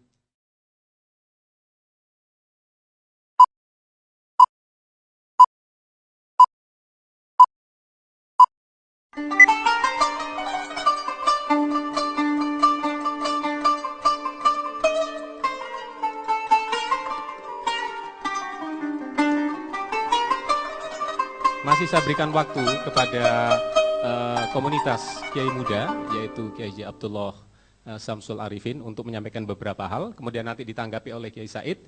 Kalau jika masih ada waktu, nanti kita floor. Saya persilakan. Terima kasih Kiai atas penjelasannya yang cukup didasarkan kepada beberapa referensi, tetapi kita masih ada beberapa hal yang cukup mendukung. Pertama, kenapa kita tidak sepakat dengan pernyataan Kiai bahwa Islam dilahirkan dalam motif politik? Tadi ada sedikit pemotongan dari informasi yang disampaikan Kiai. Sebetulnya kalau yang kami pahami bahwa ketika Rasulullah mengatakan nanti Persia dan Romawi itu akan ditaklukkan, itu karena menjawab adanya keraguan dari beberapa orang kafir pada waktu itu ketika diajak masuk Islam. Ini kami temukan di dalam sebuah riwayat Ahmad ketika diajak masuk Islam. Ini kami masuk Islam. Ini diajak Ahmad al-Bawi dalam salah satu ucapannya, mereka tidak mau masuk Islam karena kekhawatiran. Sebab kalau kami masuk Islam, nanti kan kami khawatir akan terjadi embargo, akan terjadi keterputusan hubungan. Akhirnya Rasulullah mengatakan, kalau kamu masuk Islam, nanti Allah yang akan memberikan karunia, Persia dan Romawi itu akan ditaklukkan. Jadi ini jelas bagi kami, bukan Islam lagi dalam motif politik, tetapi ketika kita mengikuti Islam sesuai dengan apa yang dikehendaki oleh Allah, maka karunia akan datang sehingga hajat kita bisa dikabulkan dari situ. Jadi tidak menuduh bahwa Islam itu lahir dalam motif politik. Ini klarifikasi kami terhadap data yang Kiai sampaikan tadi. Kemudian yang kedua, yang cukup menggelitik juga bahwasanya Imam Syafi'i itu adalah simpatisan Syiah. Simpati kepada Syiah tadi dari data yang disampaikan oleh Kiai. Perlu dilihat di situ simpati kepada Ahlul Baitnya sebagai turunan Rasulullah atau kepada ajaran Syiah itu sendiri. Karena di dalam beberapa data yang tadi itu ana syi'i fi dini wa ahli bi Makkah tsumma dari Asqaliyah biatnya maulid itu bukan dimaksudkan Syiah dalam arti paham Syiah sebagaimana yang berkembang pada saat ini. Syiah dalam arti golongan di situ. Maaf. Itu yang kami pahami karena di sini juga kami mengutip pada manaqib Asy-Syafi'i. Di sini disebutkan la yuwafiqu al-Imam Asy-Syafi'i radhiyallahu anhu asy-Syi'a fi ma dhahabu ilaihi fi mu'taqadatihim wa ara'ihim wa yadhhabu dzalika jaliyan min iddati wujuhin. Makanya hanya simpati. Iya simpati. Pernyataan itu sesuatu yang cukup bias ketika disampaikan kepada masyarakat. Ketika sekarang disebutkan simpati kepada Syiah, maka dianggap Syiah sebagaimana dipahami orang sebagai sebuah aliran, bukan Syiah sebagai sebuah komunitas di situ daripada Ahlul Bait, bukan kepada alirannya sebagaimana para perkembangan awal Islam. Ini yang perlu kami klarifikasikan ulang. Jadi yang disebut dalam di sini Imam disampaikan beberapa data bagaimana Imam Syafi'i itu menolak terhadap Syiah itu sendiri juga di dalam Manaqibus Syafi'i. Kemudian yang kami tanyakan tadi, Syiah dan Mu'tazilah bukan kami katakan tidak masuk bagian daripada Islam. Jelas kalau dalam kajian sejarah dia Syiah dan Mu'tazilah masuk pada al-firaq al-islamiyah. Tetapi pendapat Kiai menyatakan bahwa Syiah dan Mu'tazilah itu bagian daripada Ahlussunnah wal Jamaah.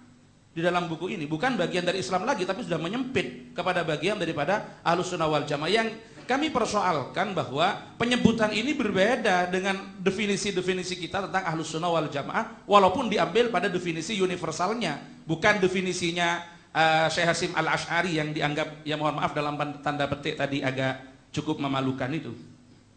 Kemudian di sini ketika yang dimaksudkan pada innalladzina amanu walladzina hadu ila akhirih, mereka yang beriman, imanan sahihan, yakinnya benar, amalan salihan dan sebagainya, tentunya mereka akan berfusi untuk masuk Islam karena keimanan mereka juga, mereka kalau beriman kepada Allah tentunya iman kepada apa yang menjadi kehendak Allah untuk menurunkan Imam sebagai nabi terakhir. Maka inilah yang menjadi keyakinan kami. Kesalahan mereka bukan pada amali dan keyakinannya mereka. Ketika keyakinan mereka benar dan amal mereka benar sesuai dengan agama mereka, tetapi kesalahan mereka ketidakberfusiannya kepada Islam. Jadi tidak sekedar biarkan saja mereka sekarang namanya Yahudi, namanya Nasrani. Sepenting amalnya adalah Islam pada akhirnya. Tidak bisa seperti itu karena bagaimanapun Islam harus ditampilkan baik lafdzon wa ma'nan, bukan hanya pada aspek substansinya tapi nomenklaturnya juga harus diwujudkan. Karena ketika ini disampaikan ya cukup bias sama dengan kata Ulil, ya enggak apa-apa. Saya sekarang Islam, besok Kristen, besoknya. Yang penting amalnya seperti ini. Ini yang cukup mengganggu kita di dalam tradisi dan kalangan Nahdlatul Ulama. Mungkin ini ada tambahan dari teman kami. Ada beberapa poin dari buku Kiai yang ingin kami sampaikan, dan tadi oleh teman saya Kiai Abdullah Syamsul Arifin itu sudah dikatakan bahwa logika berpikir Kiai dalam buku tasawuf tasawuf tadi sebagai kritik sosial, itu rujukannya akan merujuk kepada buku Nash'atul Fikril Falsafi karangannya Dr. Ali Sami An-Nasyar. Kemudian setelah kami teliti, ternyata Dr. Ali Sami An-Nasyar ketika dia mengkaji sejarah firaq dari awal sampai akhir, itu rujukannya kepada kitab-kitab Mu'tazilah, terutama Tabaqatul Mu'tazilah karangannya Ahmad bin Yahya bin Al-Murtada. Dari situ kami sudah mengkaji, di bawahnya ada footnote-nya. Di bawahnya Dr. Ali Sami An-Nasyar itu ada. Dan di dalam buku ini, dalam buku tasawuf, Kiai kan mengatakan bahwa percaya kepada qada dan qadar Allah seperti yang dipercaya, dan mengatakan Nahdlatul Ulama, bil qadri khairihi wa syarrihi, itu sebenarnya Jabariyah. Itu dalam logika Mu'tazilah seperti ini memang dikatakan Jabariyah. Dan Jabariyah katanya mereka berawal atau dikembangkan oleh Muawiyah bin Abi Sufyan seperti Kiai katakan tadi. Dan maaf Kiai, ini katanya para pakar dalam Tabaqatul Mu'tazilah, memang orang-orang Mu'tazilah pada abad 4 kebelakangan karena terjadi perkawinan antara Mu'tazilah dengan Syiah, ada upaya-upaya untuk menghubungkan sanad ajaran Mu'tazilah dengan Ahlul Bait, dengan Muhammad bin Ali bin Al-Hanafiyah. Muhammad bin Ali Al-Hanafiyah ini katanya belajar kepada Sayyidina Ali, lalu Sayyidina Ali belajar kepada Rasulullah SAW. Kalau begitu ajaran Qadariyah, Mu'tazilah dan Syiah dari Rasulullah, sedangkan Jabariyah itu dari Muawiyah bin Abi Sufyan. Dan ini sudah maklum dalam referensi-referensi Al-Firaq dikatakan bahwa Al-Mu'tazilah atau Al-Qadariyah itu memang mengatakan Ahlus Sunnah wal Jamaah itu Mujbirah atau Jabariyah. Dan Jabariyah itu katanya dari Muawiyah bin Abi Sufyan. Dan ini kalau dilacak lebih mendalam lagi, sebenarnya tadi yang dikatakan Wasil bin Atha belajar kepada Muhammad bin Al-Hanafiyah, ini sulit untuk dicari kebenaran sejarahnya dan datanya. Mengapa? Secara historis Muhammad bin Al-Hanafiyah meninggal tahun 80 Hijriyah. Ada yang mengatakan meninggal tahun 81, itu pun pada bulan Muharram. Sementara Wasil bin Atha lahirnya tahun 80 Hijriyah, meninggal tahun 130. Kapan belajarnya? Belajarnya kapan kalau begitu?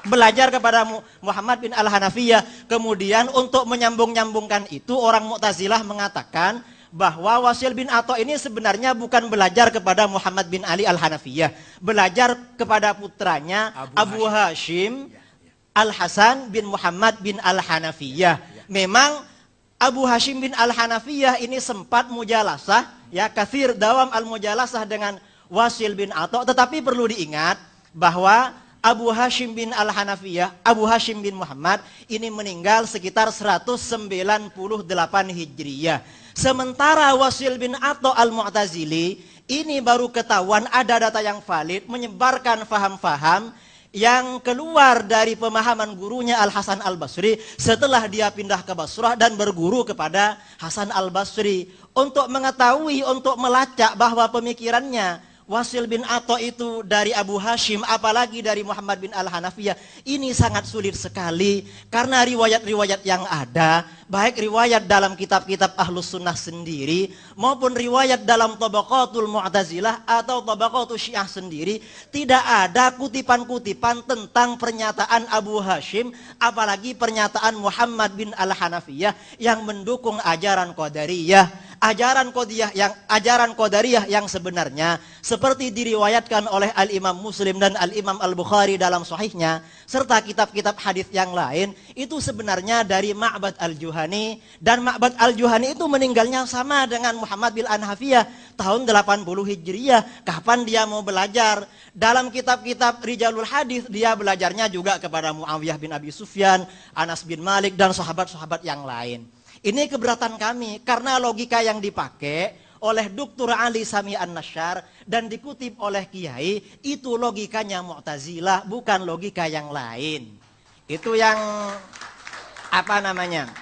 yang pertama. Jadi memang ada upaya-upaya dari pihak Syiah dan Mu'tazilah menyambungkan sanadnya kepada Rasulullah. Sementara Ahlus Sunnah wal Jamaah dicukupkan kepada Muawiyah bin Abi Sufyan dalam masalah qada dan qadar, karena itu dianggap Jabariyah.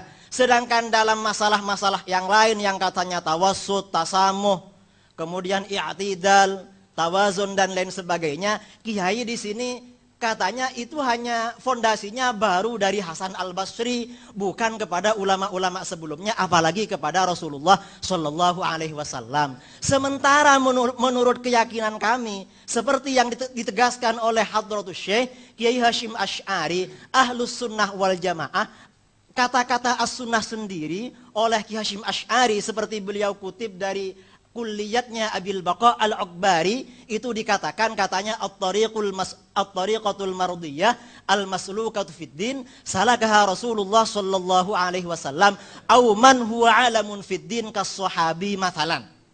Jadi memang keyakinan kita Ahlus Sunnah wal Jamaah ini justru sanadnya langsung bersambung kepada Rasulullah Shallallahu Alaihi Wasallam, dan ini memang menjadi kenyataan. Sanad-sanad keilmuan dalam berbagai bidang ilmu pengetahuan Islam semuanya rata-rata melalui jalur Ahlus Sunnah wal Jamaah sampai kepada Rasulullah Shallallahu Alaihi Wasallam. Dan Mu'tazilah tidak punya sanad yang seperti itu. Sanad yang ada di dalam Tabaqatul Mu'tazilah itu hanya klaim belaka, dan seperti dikatakan oleh para ulama Ahlus Sunnah wal Jamaah dalam bidang riwayat orang-orang Syiah itu memang sangat lemah, semuanya ayalun ala ahli sunnah wal jamaah. Itu keberatan kami. Jadi mohon logika Mu'tazilah dan Syiah yang Kiai katakan ini sebenarnya aswaja, mohon itu dikaji ulang, karena itu tidak sesuai dengan data dan bukti sejarah yang valid dan dapat dipertanggungjawabkan secara ilmiah. Ini beberapa poin kritikan kami kepada Kiai tentang masalah nama Ahlus Sunnah wal Jamaah. Maaf, ini sebenarnya bukan dari Imam Asy'ari apalagi imam-imam sebelumnya. Karena ada asumsi sebagian orang katanya nama Ahlus Sunnah wal Jamaah itu sebenarnya dari Imam Al-Asy'ari. Ada yang mengatakan dari As-Subuki, ada yang mengatakan dari Murtadha Az-Zabidi. Itu sebenarnya bukan demikian. Nama Ahlus Sunnah wal Jamaah sebagai sebuah nama itu sudah ada sejak generasi akhir masa sahabat. Riwayat dari beberapa sahabat yang pernah menyatakan lafadz Ahlus Sunnah wal Jamaah, diantaranya Sayyiduna Abdullah bin Abbas radhiyallahu anhuma. Ada riwayat juga dari Abu Sa'id Al-Khudri, ada juga dari Abdullah bin Umar radhiyallahu anhuma. Itu diriwayatkan dalam kitab-kitab tafsir, dalam kitab-kitab hadis dan lain sebagainya. Itu hanya sebagai sebuah nama. Tetapi Ahlus Sunnah wal Jamaah sebagai sebuah ajaran, kami yakini itu dari Rasulullah SAW. Ini sama dengan kita ketika membicarakan Nahdlatul Ulama.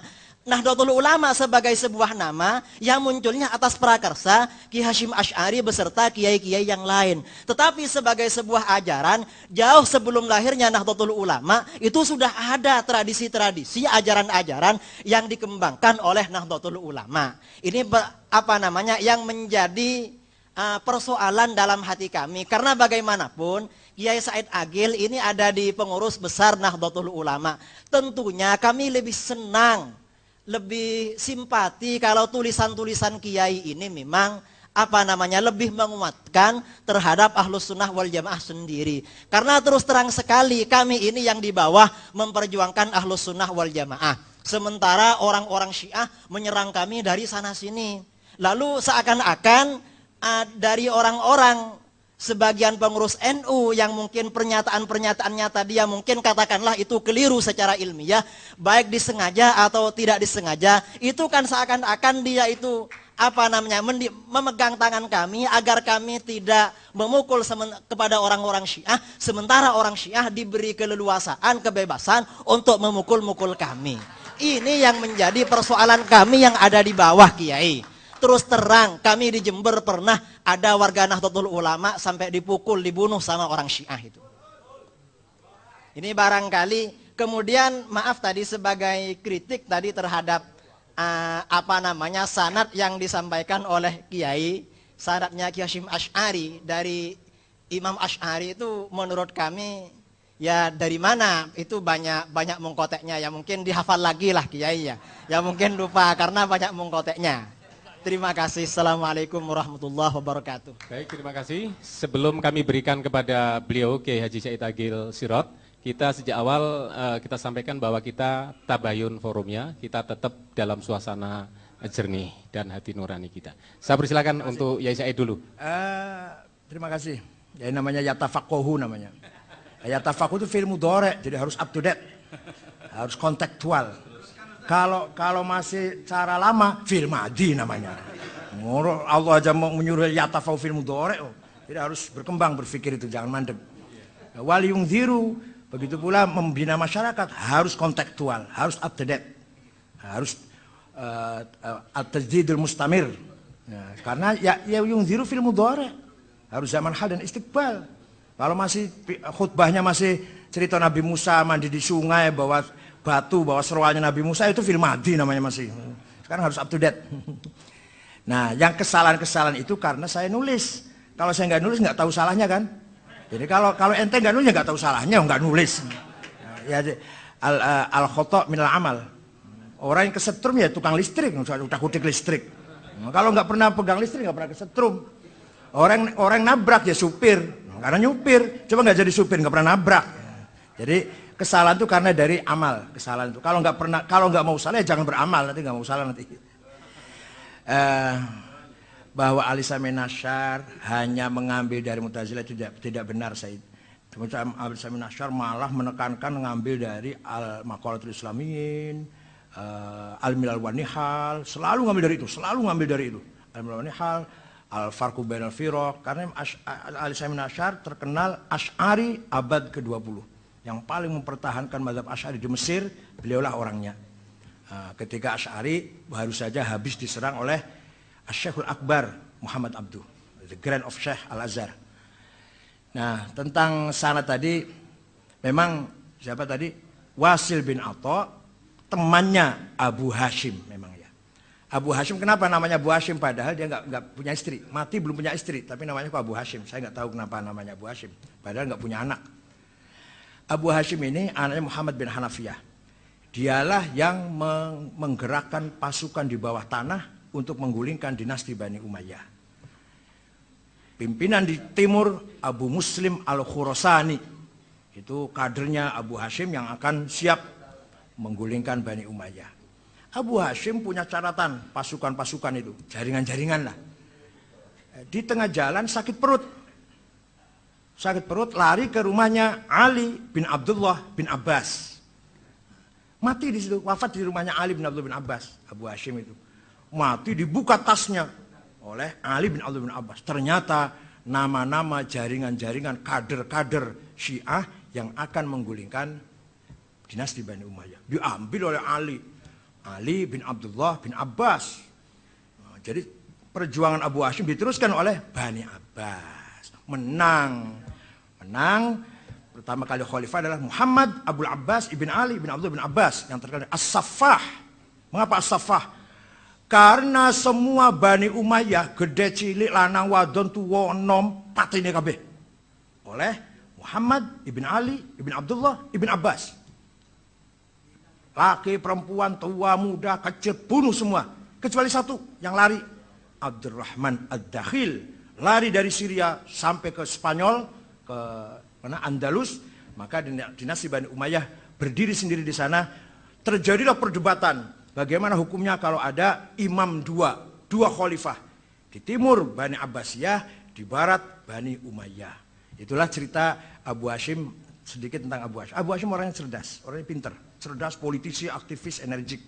Bisa membangun jaringan di bawah tanah malah yang akan menggulingkan dinasti Bani Umayyah. Ternyata tidak panjang umurnya, malah mati belum kawin, diambil alih oleh Ali bin Abdullah bin Abbas, yang nanti suksesnya khalifah pertama Bani Abbas adalah Muhammad Abul Abbas As-Saffah ibn Ali ibn Abdullah bin Abbas. Itu yang membantai semua Bani Umayyah sehabis-habisnya itu. Maka disebut As-Saffah. Jagal ya Saffah ya? Haus darah. Nah, itu sekitar itu. Jadi Ali Samin Asy'ar mengambil dari Maqalatul Islamiyyin, dari Milal wan Nihal dan seterusnya. Masalah gabungan antara Mu'tazilah dan Syiah ceritanya begini. Setelah Mutawakkil 'ala Allah berkuasa, maka tokoh-tokoh Mu'tazilah dipecatin semua dari lembaga-lembaga pendidikan, pecat semua. Yang tadi sebelumnya gajinya besar-besar. Waktu zaman Ma'mun, Mu'tasim, Wathiq, kalau Mu'tazilah gajinya berapa ya? Kira-kira kalau sekarang berapa? Kira-kira sekarang berapa? 10 juta lah ya sebulan. Kalau yang qala Rasulullah mujibatul husli 2 juta. Furudil wudu'i 2 juta. Tapi kalau yang ilmu kalam, filsafat 10 juta. Itu zaman Ma'mun, Mu'tasim, Wathiq. Mutawakkil 'ala Allah membalik keadaan. Yang ngajarkan hadis besar gajinya. Yang ilmu kalam diberangus malah. Dipecatin. Oleh gubernur Dailam namanya Ibnu Ibad yang Syiah. Sini. Mu'tazilah kamu sudah gak dipakai di Kairo, gak dipakai di Mekah Madinah, di Syria, gak sudah dikucilkan di sini. Maka terjadi eksodus, ulama-ulama Mu'tazilah pindah ke Dailam yang gubernur waktu itu Syiah Ibnu Ibad. Di sini hebatnya Syiah. Hebatnya gimana? Prinsip Syiahnya tidak luntur. Tetap percaya pada wasiyah, ismatul a'immah, raj'ah, mahdiyah, taqiyah, tapi intelektual dibangun karena kemasukan Mu'tazilah. Dari sejak itulah Syiah bukan hanya partai politik, tapi juga gerakan-gerakan intelektual sampai sekarang. Sampai sekarang embargo spare part pesawat oleh Amerika, iya. Amerika melarang ngirim onderdil pesawat ke Iran. Ya wes ora apa-apa, gawe dhewe. Sampai sekarang spare part onderdil pesawat Iran itu bikin sendiri. Enggak usah beli dari luar negeri karena diembargo oleh Amerika. Dan sekarang satu-satunya negara yang melawan Amerika ya Iran. Lepas dari mazhabnya salah, klerus lah, apa kufur apa lah, pokoknya yang sekarang satu-satunya orang yang berani menantang Amerika itu Syiah. Satu negara yang tidak punya utang juga Iran. Satu-satunya yang membela Palestina terang-terangan wis ora ono basa-basi ya Iran. Padahal Palestina tidak ada Syiah. Orang Palestina enggak ada Syiah, orang Palestina. Tapi yang membelain Palestina mati-matian Iran. Ini lepas dari kufrun apa nifakun apa dolalun lah. Iya. Apa? Ayat setan. Mohon tidak disela dulu ya, biar selesai. Ya, jadi enggak ini bukan begitu. Ini sisi positifnya Syiah, sisi positifnya Iran. Adapun beda dengan kita ya, tapi ada positifnya sekarang satu negara yang bisa memproduksi uranium menjadi tenaga nuklir. Nah, kalau kita kan masih memproduksi mandoan, keripik tempe, Iran sudah memproduksi uranium. Tentang sanad tadi, yang mengkotik tadi sanad ahli sunnah, itu dari tahun saja, kita lihat dari tahun dan dari pengaruh. Syehristani terpengaruh Ghazali. Rozi terpengaruh oleh Syehristani. Itu saya bacanya di situ. Pengaruh. Jadi ini berarti gurunya. Guru bukan berarti harus ngaji face to face, enggak. Tapi pengaruh. Seperti saja muridnya Mbah Asy'ari, saya enggak pernah ngaji sama beliau, tapi saya terpengaruh pikirannya. Atau ada orang mengikuti pikirannya Gus Dur, berarti muridnya itu, walaupun enggak pernah kenal dengan Gus Dur. Nah, jadi sanad tadi pengembangan dari pola pikir sebelumnya saya anggap itu gurunya, minimal melalui kitabnya, melalui tulisannya. Imam Syehristani sangat terpengaruh oleh Ghazali, Imam Rozi sangat terpengaruh oleh Syehristani, Imam Sanusi terpengaruh oleh Khalduddin Al-Ijid dan seterusnya. Apalagi tadi? Yang satu lagi apa? Masalah Syiah bunuh orang, ahli sunnah juga bunuh orang banyak. Itu masalah pribadi, kelakuan pribadi, bukan karena Syiahnya kemudian bunuh orang. Yang ahli sunnah bunuh orang juga ya. Yang tiap hari carok juga banyak ahli sunnah semua. Enggak masalah kelakuan, bukan masalah madhab lah. Yang ahli sunnah korupsi ya banyak. Ya, jadi seperti tadi saya sampaikan bahwa kita tabayun. Jadi mohon fokus pada persoalan-persoalan yang tadi telah disampaikan oleh Forum Kiai Muda, kemudian apa yang disampaikan oleh beliau Kiai Zail Agil, di luar konteks itu saya sebagai moderator tidak akan menerima. Saya persilakan termin pertama, saya buka 5 penanya. Assalamualaikum warahmatullahi wabarakatuh. Saya Rahmat dari Jember. Tadi Bapak Kiai masih belum sempat menjawab ulang bahwa Aswaja itu muncul di latar belakangi oleh politik yang katanya cerita tentang bahwa Rasul ketika ada orang yang disuruh masuk Islam itu tadi dan janji bahwa akan menguasai Persia dan Romawi dikuasai Islam, tadi belum sempat dijawab. Padahal Rasul sendiri kata Allah, wa ma yantiqu anil hawa in huwa illa wahyuha. Itu mohon dijawab ulang. Terima kasih. Yes, saya akan menguasai versi Kis dan Romawi. Itu gitu loh, namanya bahasa statement politik namanya. Tapi kalau ya bukan. Ya, tapi itu adalah proyeksi. Proyeksi apa? Agenda ke depan. Bukan motif politik. Kelahirannya Islam bukan karena motif politik, Oh, tetapi Islam, ada agenda. Ya, Islam tidak bisa lepas dari Di proyeksi buku Islam Islam dilahirkan karena motif politik. Atau begini, mohon bisa Ya udah, diselesaikan ya dulu. ya udah. Selesaikan dulu. Ya kalau salah bisa Oke. terbit kedua Monggo, sedang. Monggo ya, silakan ya. Ya itu tadi. Kata-kata satuf tahu itu adalah statement politik. Statement politis. Proyeksi ke depan agenda politik. Majapahit, Pajajaran harus hilang. Caranya tidak dengan tapi harus hilang. Itu namanya agenda politik namanya. Kalau agenda dakwah kan tidak. Kalau agenda dakwah kan dakwah, nggak usah bicara kekuasaan, itu namanya dakwah namanya. Nun sewu Kiai, jadi kalau pada buku Kiai Sebentar, Pak ya, sebentar. itu Sebentar, tolong dihargai saya sebagai moderator ya. Tadi sudah dijawab oleh Yai, saya persilakan kesempatan berikutnya. Terima kasih. Tadi saya minta, kalau sudah katanya Pak Ustadz, tidak akan salah tanpa menulis. Ini pepatah kuno mengatakan, jangan harapkan menang kalau takut kalah. Yang pertama. Yang kedua, kalau memang buku yang sudah ditulis oleh Bapak Ustadz atau Kiai Haji Said Agil Sirat, maaf Kiai, ini saya baru kenal Kiai. Kalau memang sudah ada keraguan dengan penjelasan daripada Ustadz Idrus Romli, mohon Bapak Kiai Profesor Dr. Kiai Haji Said Agil Sirat, mohon mencabut bukunya yang sudah beredar seluruh Indonesia. Apa yang disampaikan oleh Bapak Said Agil mengenai penyegaran, yang dulu katanya penyegaran kajian Aswaja, ternyata sudah menabrak sana sini, sehingga yang pertama ditabrak adalah kajian ta'arif dari Aswaja yang disampaikan oleh Yasim Asy'ari. Beliau tidak malu-malu sekali mengatakan ini maaf agak risih dan memalukan. Kedua juga menabrak para sahabat-sahabat Rasulullah SAW dengan mengatakan Utsman pikun dan juga saatnya sudah mundur dari khalifah. Ketiga juga tidak luput dari para sahabat, juga Nabi juga menjadi objek dari tabrakan beliau. Saya antusias kepada kecerdasan kepada Bapak Said Agil. Nabi yang Cuma, mana? Nabi yang mana? Saya tabrak mana Nabi? Kenapa? Nabi yang saya tabrak mana? Tabraknya di dalam makalah Bapak itu Nabi belum tuntas menyelesaikan masalah konflik kesukuan dan juga masalah fanatisme Qabilah. Juga amanatun nakl yang disampaikan oleh Bapak Said Agil, terutama menyebut masalah membunuh Sayyidina Utsman, di situ disebut Muhammad bin Abu Bakar As-Siddiq. Ini dari mana Bapak Said? Ternyata yang berdasarkan rujukan-rujukan dari kitab-kitab tarikh bukan Muhammad bin Abu Bakar As-Siddiq. Bahkan beliau pertama kalinya orang yang tidak jadi mengadakan niat yang tidak baik itu.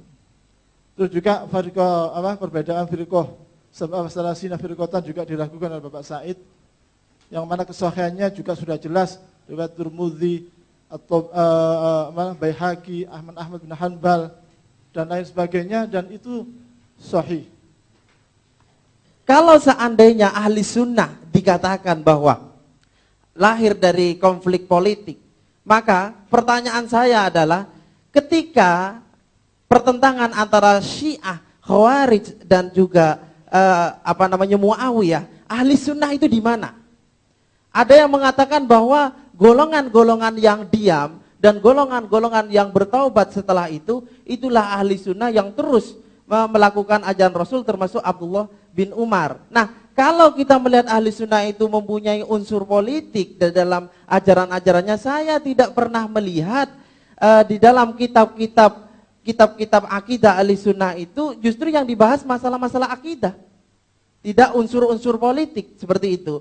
Jadi permasalahan dengan Mu'tazilah itu kalau yang saya lihat permasalahan-permasalahan ilmiah Yang terakhir, perbedaan antara Said Aqil dan Imam Al-Asy'ari ketika membuat karya maqalat Islamin atau karya-karya Asy'ariyah yang terakhir adalah kalau Ustadz atau Kiai Haji Said Aqil itu memflorkan bahwa ini semua dari perut Islam. Tetapi kan harus diperjelas agar orang awam itu bisa mampu mencerna dengan baik mana ajaran benar, mana yang tidak. Persalahan itu masalah elit, bahwa itu tidak boleh dikafirkan itu elit. Tetapi saya mohon ada ungkapan-ungkapan yang dipahami secara awam bahwa ahli sunnah lah yang benar itu. Terima kasih. Assalamualaikum warahmatullahi wabarakatuh. Bapak Ibu sekalian, nanti ada termin berikutnya ya, dengan pertimbangan berikutnya. Saya persilakan pada Pak Said. Terima kasih. Yang saya kritik takrifnya, bukan Syekh Hasyim Asy'arinya, bukan. Apakah redaksi Ahlussunnah adalah yang mengikuti salah mazhab dalam akidah Asy'ari Maturidi, dalam fikih salah satu mazhab 4 Hanafi Maliki Hambali, dalam tasawuf Junaidi, apa itu takrif? Jenengan semua tahulah. Takrif itu harus ayyakuna jami'an mani'an, jelas cakupannya, jelas batasannya, harus pakai jenis wal fasl, kalau jenis dan nau namanya rosem. Nah masa takrif punya Ahlussunnah adalah yang mengikuti, masa begitu takrif tuh? Mosok monggo dipikir secara jangan dulu cari emosi. Seandainya yang ngomong bukan Kiai Hasyim lah, yang ngomong bukan Kiai Hasyim, yang ngomong Pak Husnun yang ngomong. Ahlussunnah adalah yang mengikuti mazhab 4, yang mengikuti mazhab 2 dalam akidah, Asy'ari Maturidi, yang mengikuti Junaidi dan Ghazali dalam tasawuf. Saya kira orang akan mengatakan gombal itu. Karena yang ngomong Pak Husnun. Karena ketika ngomong Kiai Hasyim Asy'ari, dikritik seakan-akan yang kritik itu keluar dari apalah. Padahal saya itu bukan takrif. Maksud takrif kayak gitu? Kita semua ngaji Bantek kan, semua Munawarah kan semua ngaji. Ayyakuna jami'an mani'an, jenis fasol, kalau jenis naub namanya rosem. Ya, al-insan haywanun natik itu baru takrif, jami' mani'. Ya itu. Jadi bukan saya menghina Kiai Hasyim, tidak. Tapi bahwa itu bukan takrif. Monggo dipikir monggo. Kita ngaji Bantek semua kan. Takrif itu bukan manusia adalah Zaid, Abu Bakar, Agus, Joko, ya bukan itu takrif, bukan. Manusia adalah hayawan, jenis. Tapi hayawan yang bagaimana? Natik, itu batasannya. Hayawan cakupannya, natik batasannya, jami'an mani'an. Wa asy' la yutasawwar illa bil had wal had ayyakuna jami'an mani'an. Kan gitu dalam ilmu manteknya itu. Soal saya dengan Kiai Hasyim Asy'ari, saya katakan tadi sampai sekarang pagi dan sore selalu saya baca Fatihah untuk Mbak Hasyim. Sebenarnya rahasia, yaitu rahasia dapur sebenarnya, tapi nggak apa-apa lah. Kemudian saya tidak membela Ahlussunnah yang nggak bener dong. Tiap hari saya sampai membelain NU. Tak goblok-gobloknya orang yang nggak mau NU itu. Nah, kalau orang mengatakan saya sholat hanya berdasarkan Quran dan hadis, goblok. Kita nggak mungkin sholat kalau tanpa fikih. Kita nggak mungkin haji kalau tanpa manasik. Kita nggak mungkin baca Quran benar kalau tanpa tajwid. Tajwid itu baru ada tahun 200. Yang ngarang tajwid namanya Abu Ubaid Qasim bin Salam, yang wafat tahun 224. Baru ada tajwid tahun 200-an. Artinya bid'ah itu tajwid itu. Baru ada tajwid tahun 200. Nah, tapi kita nggak bisa baca Quran dengan benar kalau tanpa bid'ah tajwid. Saya ngomong gitu setiap ceramah itu saya ngomong gitu. Malah ngomongnya di mana? Di kantor Muhammadiyah, Cikini. Di kantor Muhammadiyah saya ngomongnya itu. Tidak, ya, tapi enggak dengan bahasa goblok, enggak. Kita tidak bisa melaksanakan, mempraktekkan ibadah tanpa fikih. Karena Quran dan hadis tidak mengandung juknis dari praktek ibadah.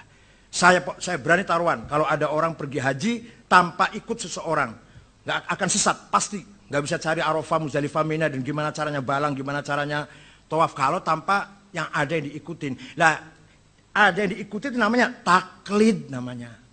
Haji ikut orang, cara tawafe, cara rombalang, namanya taklid. Itu saya ngomong gitu di kantor Muhammadiyah Cikini.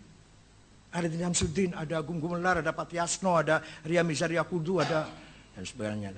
Walhasil yang saya hadapi lebih besar lagi itu. Kemudian saya menghujat sahabat. Bukan saya, Ustadz. Nerjemah dari kitab ini. Al-Imam Wasyasib bin Qutaibah Dinawari. Jangan Ad-Dainuri bacanya, Dinawari. Jangan Ad-Dainuri, enggak ada kota Dainur, ada Dinawar. Al-Asma'i, nggak ada Asma'i, Asma. Az-Zabidi, bukan Zubaid, Zabid. Apalagi, jadi silakan baca ini. Al-Imamah Wasyasah, Ibnu Qutaibah Ad-Dinawari. Ini ahli sunnah tenanan nih. Bukan kitab Syiah, bukan. Saya pun heran. Sayyidina Ali dengan Muawiyah kirim surat saling syatem, saling ngenyak, saling misuh-misuh lah. Ya aduwallah. Oh ya. Enggak ada suratnya. Ketika kirim surat pada Muawiyah. Mohon bisa diselesaikan. Ya. Moga ya. Baca dulu Habib ya, baca dulu Habib. Kemudian saya bukan hujat Nabi, saya mengatakan orang Arab ternyata belum siap menghilangkan kesukuan. Begitu Rasulullah wafat, mulai intrik kesukuan mulai muncul, walaupun belum sangat. Sangatnya nanti puncaknya Bani Umayyah, Bani Abbasiyah, Bani Saljuk, Bani Buweh, itu kan sudah suku itu namanya. Ketika Sayyidina Ali, ketika Rasulullah, Sayyidina Ali tidak pernah mengatakan Al-Hashimi, nggak pernah. Ali Al-Murtado, Abu Bakar As-Siddiq, bukan Al-Taimi, Umar Al-Faruq, bukan Al-Adai. Artinya suku itu nomor berapa lah? Apa namanya? Fam itu loh. Nah, setelah Rasulullah wafat sudah mulai muncul ada pertimbangan kesukuan. Apalagi ketika tim formatur 6 orang yang akan mengganti Sayyidina Umar. Itu udah pertimbangan sukunya besar sekali. Sayyidina Tolha mengatakan, saya nggak mungkin. Saya kan dari Adi. Masa Adi? Umar dari Adi, saya Adi. Nggak mungkin. Adi lagi nggak mungkin. Nah, kalau Sa'ad bin Abi Waqqas, saya dari keluarga Zahroh. Nah, keluarga yang kecil, nggak berwibawa, nggak mungkin.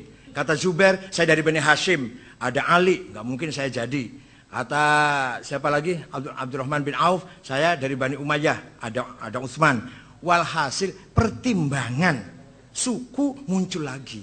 Ketika zaman Rasulullah tidak ada orang bangga dengan suku, malah malu kalau mengatakan suku itu, malah hilang. Abu Bakar As-Siddiq, Umar Al-Faruq, tidak pernah Abu Bakar At-Taimi, Umar Al-Adi, nggak pernah. Sayyidina Ali pun nggak pernah Al-Hashimi, nggak. Ali Al-Murtado. Walhasil bukan nabinya yang saya kritik, masyarakatnya yang saya kritik. Orang Arabnya yang sulit diatur, gitu loh. Atau ternyata Mbah Hasyim Asy'ari kurang berhasil, orang masih banyak nolak NU. Ya bukan Hasyim Asy'arinya yang salah, masyarakatnya loh. Gitu. Ya, ini kalau yang membunuh Sayyidina Utsman saya katakan Muhammad bin Abu Bakar masuk.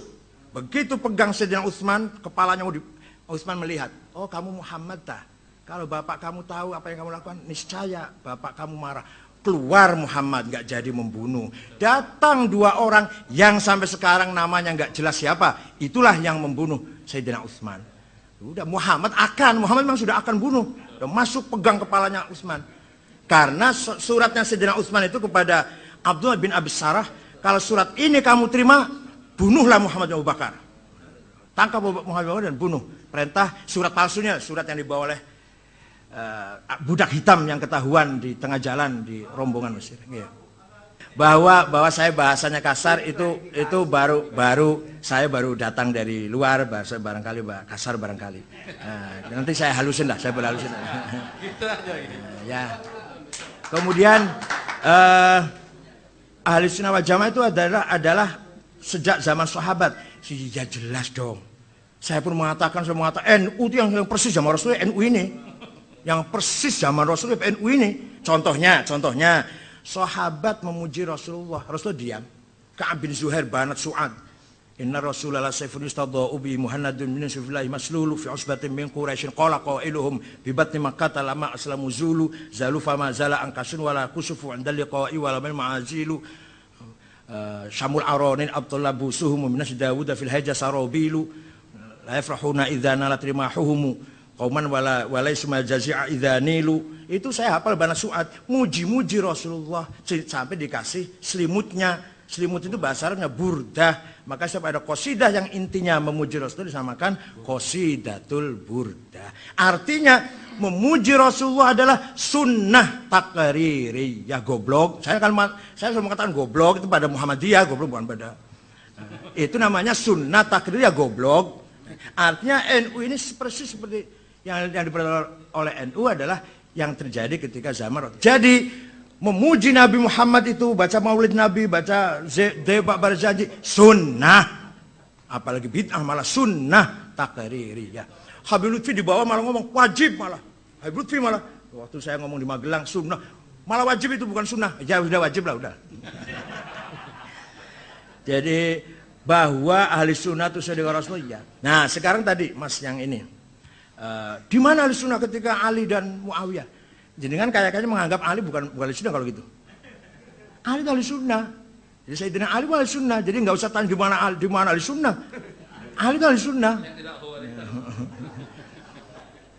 Kemudian kalau kita ahli sunnah merasa di pihak yang benar, jangan ragu kita berhadapan dengan siapapun. Tapi ahli sunnah yang mana? Ahli sunnah yang merujuk kepada maqalatul islamiyin, merujuk kepada al-risalah ahli tsaghar atau takwilati ahli sunnah karangan Abdul Mansur Al-Maturidi. Itu yang paling orisinil sudah.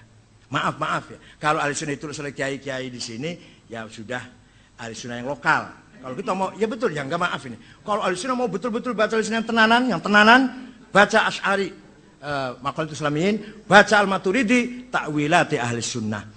Permintaan bahwa saya suruh dicabut bukunya, ya enggak bukunya, nanti diralat saja. Soal minta maaf saya sudah tanda tangan di Lirboyo. Kemarin saya dipanggil Lirboyo, 1, tetap akan bertahan ahli sunnah. 2, minta maaf kepada ulama atas pendapat saya kontroversi. 3, siap ditegur, dinasihatin oleh para ulama. 4, akhlakul karimah. 5, mendekatkan kepada saya tanda tangan. Pokoknya asal tidak tanda tangan dilarang kawin lagi, saya tanda tangan. Kalau dilarang masna saya nggak mau tanda tangan. Kalau hanya itu saya tanda tangan. Tolong dihormati dulu, biar beliau bicara dulu. Assalamualaikum warahmatullahi wabarakatuh. Pertama saya kenalkan kepada Ustadz Said Agil Sirot. Nama saya Ahmad bin Zain Al-Kaf. Saya Ketua Yayasan Al-Bayinat bidang organisasi. Dan saya Awan Syuriah NO PWNO Jawa Timur. Kami yakin bahwa antum bukan pengikut Syiah, tidak berakidahkan Syiah. Namun catatan di tempat kami, istilahnya di komputer kami penuh nama-nama antum, laporan-laporan mengenai antum yang isinya komentar-komentar antum yang sifatnya membela Syiah, di mana komentar-komentar tersebut sangat merugikan ahlus sunnah, khususnya kaum Nahdliyin, sehingga banyak, bisa dikatakan 95% pengikut Syiah adalah Nahdliyin, kaum Nahdliyin yang digerogoti oleh antek-antek Syiah.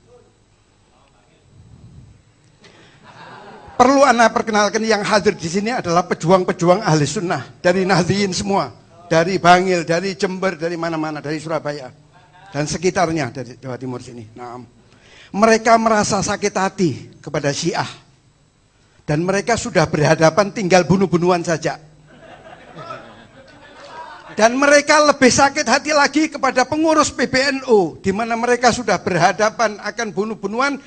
Pimpinan kita justru rangkulan dengan orang-orang Syiah. Kami tahu di belakang itu adalah fulus. Kami tahu dan kami berani bersumpah karena kami ada orang kami di dalam Syiah. Kami mempunyai data untuk antum ketahui.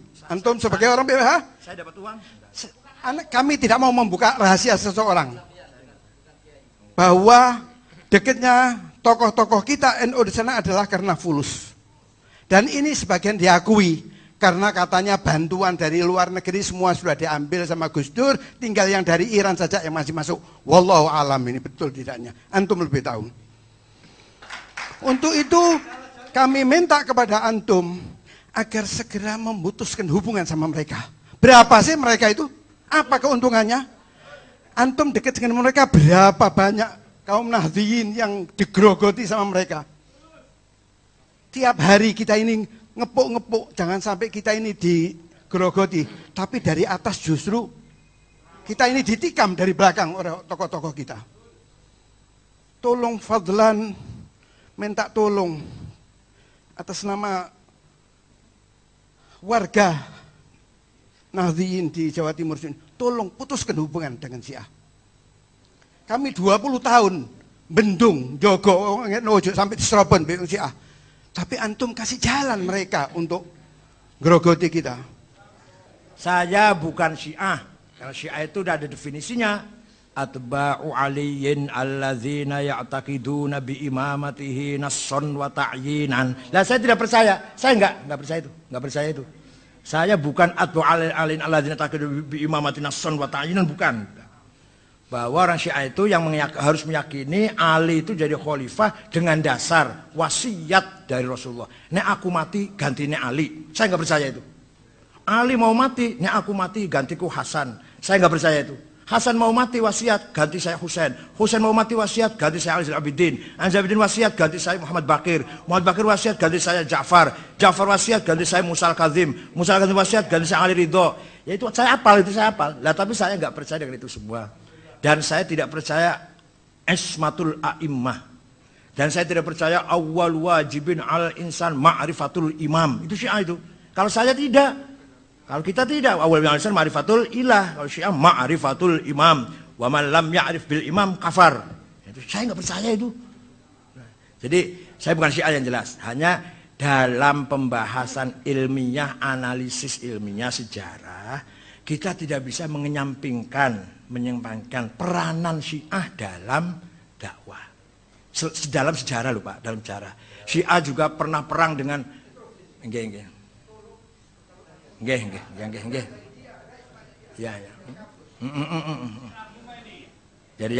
Ya. Jadi yang imam 12 namanya, yang percaya pada imam itu 12 imamiyah. Kalau yang berhenti pada Ali Zalabi, Muhammad bin Hanafiyah namanya kisaniyah. Yang mendirikan adalah Mukhtar ibn Abi Ubaid yang berjasa, Mukhtar ibn Abi Ubaid berjasa membunuh semua pembunuh Husain. Semua pembunuh Husain dibunuh oleh Mukhtar bin Abi Ubaid. Sampai kepalanya dibawa ke Muhammad bin Hanafiyah. Nah, tapi berhenti di situ. Kalau yang sampai Muhammad Al-Baqir kemudian, Ali Zainal Abidin kemudian mengangkat Zaid, namanya Zaidiyah. Nah, itu di Yaman yang dekat dengan Ahli Sunnah. Maka Ahli Sunnah pun baca kitab Zaidiyah, Nailul Autor, Fathul Qadir Fit Tafsir. Nah, itu Syarah Bulughul Maram. Itu yang nulis Syiah Zaidiyah oleh.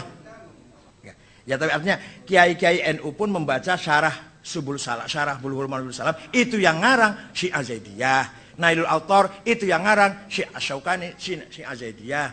Nah, ketika Imam Zaid mau perang, mau menyerang Khalifah Abu Ja'far Kemudian di tengah jalan pengikutnya tanya, "Ma ra'yuka fil imamain fi syaikhain?" Pendapat kamu tentang Abu Bakar Umar bagaimana? Imam Zaid mengatakan berdua itu adalah orang baik, laki-laki itu adalah orang baik. Idzan nahnu rafadnak. Kalau demikian kami menolak kamu. Kemudian misah, pecah. Nah yang pecah itu namanya Rafidhah. Dari kata mereka idzan rafadnak. Itu asal mulanya gelar Rafidhah. Kemudian sampai Ja'far Shadiq putra pertama namanya Ismail. Tapi Ismail ini wafat sebelum Ja'far.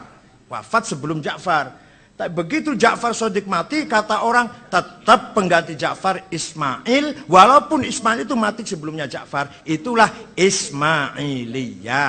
Berhenti di situ imam. Namanya Sab'iyah 7. Nanti pecah jadi 2. Yang sekarang ada Nizariyah, ada Bahroh. Bahroh di Bali ada, di India banyak. Nizariyah pecah lagi jadi Nusairiyah dan Alawiyah. Dan Alawiyah Hafidh Asad.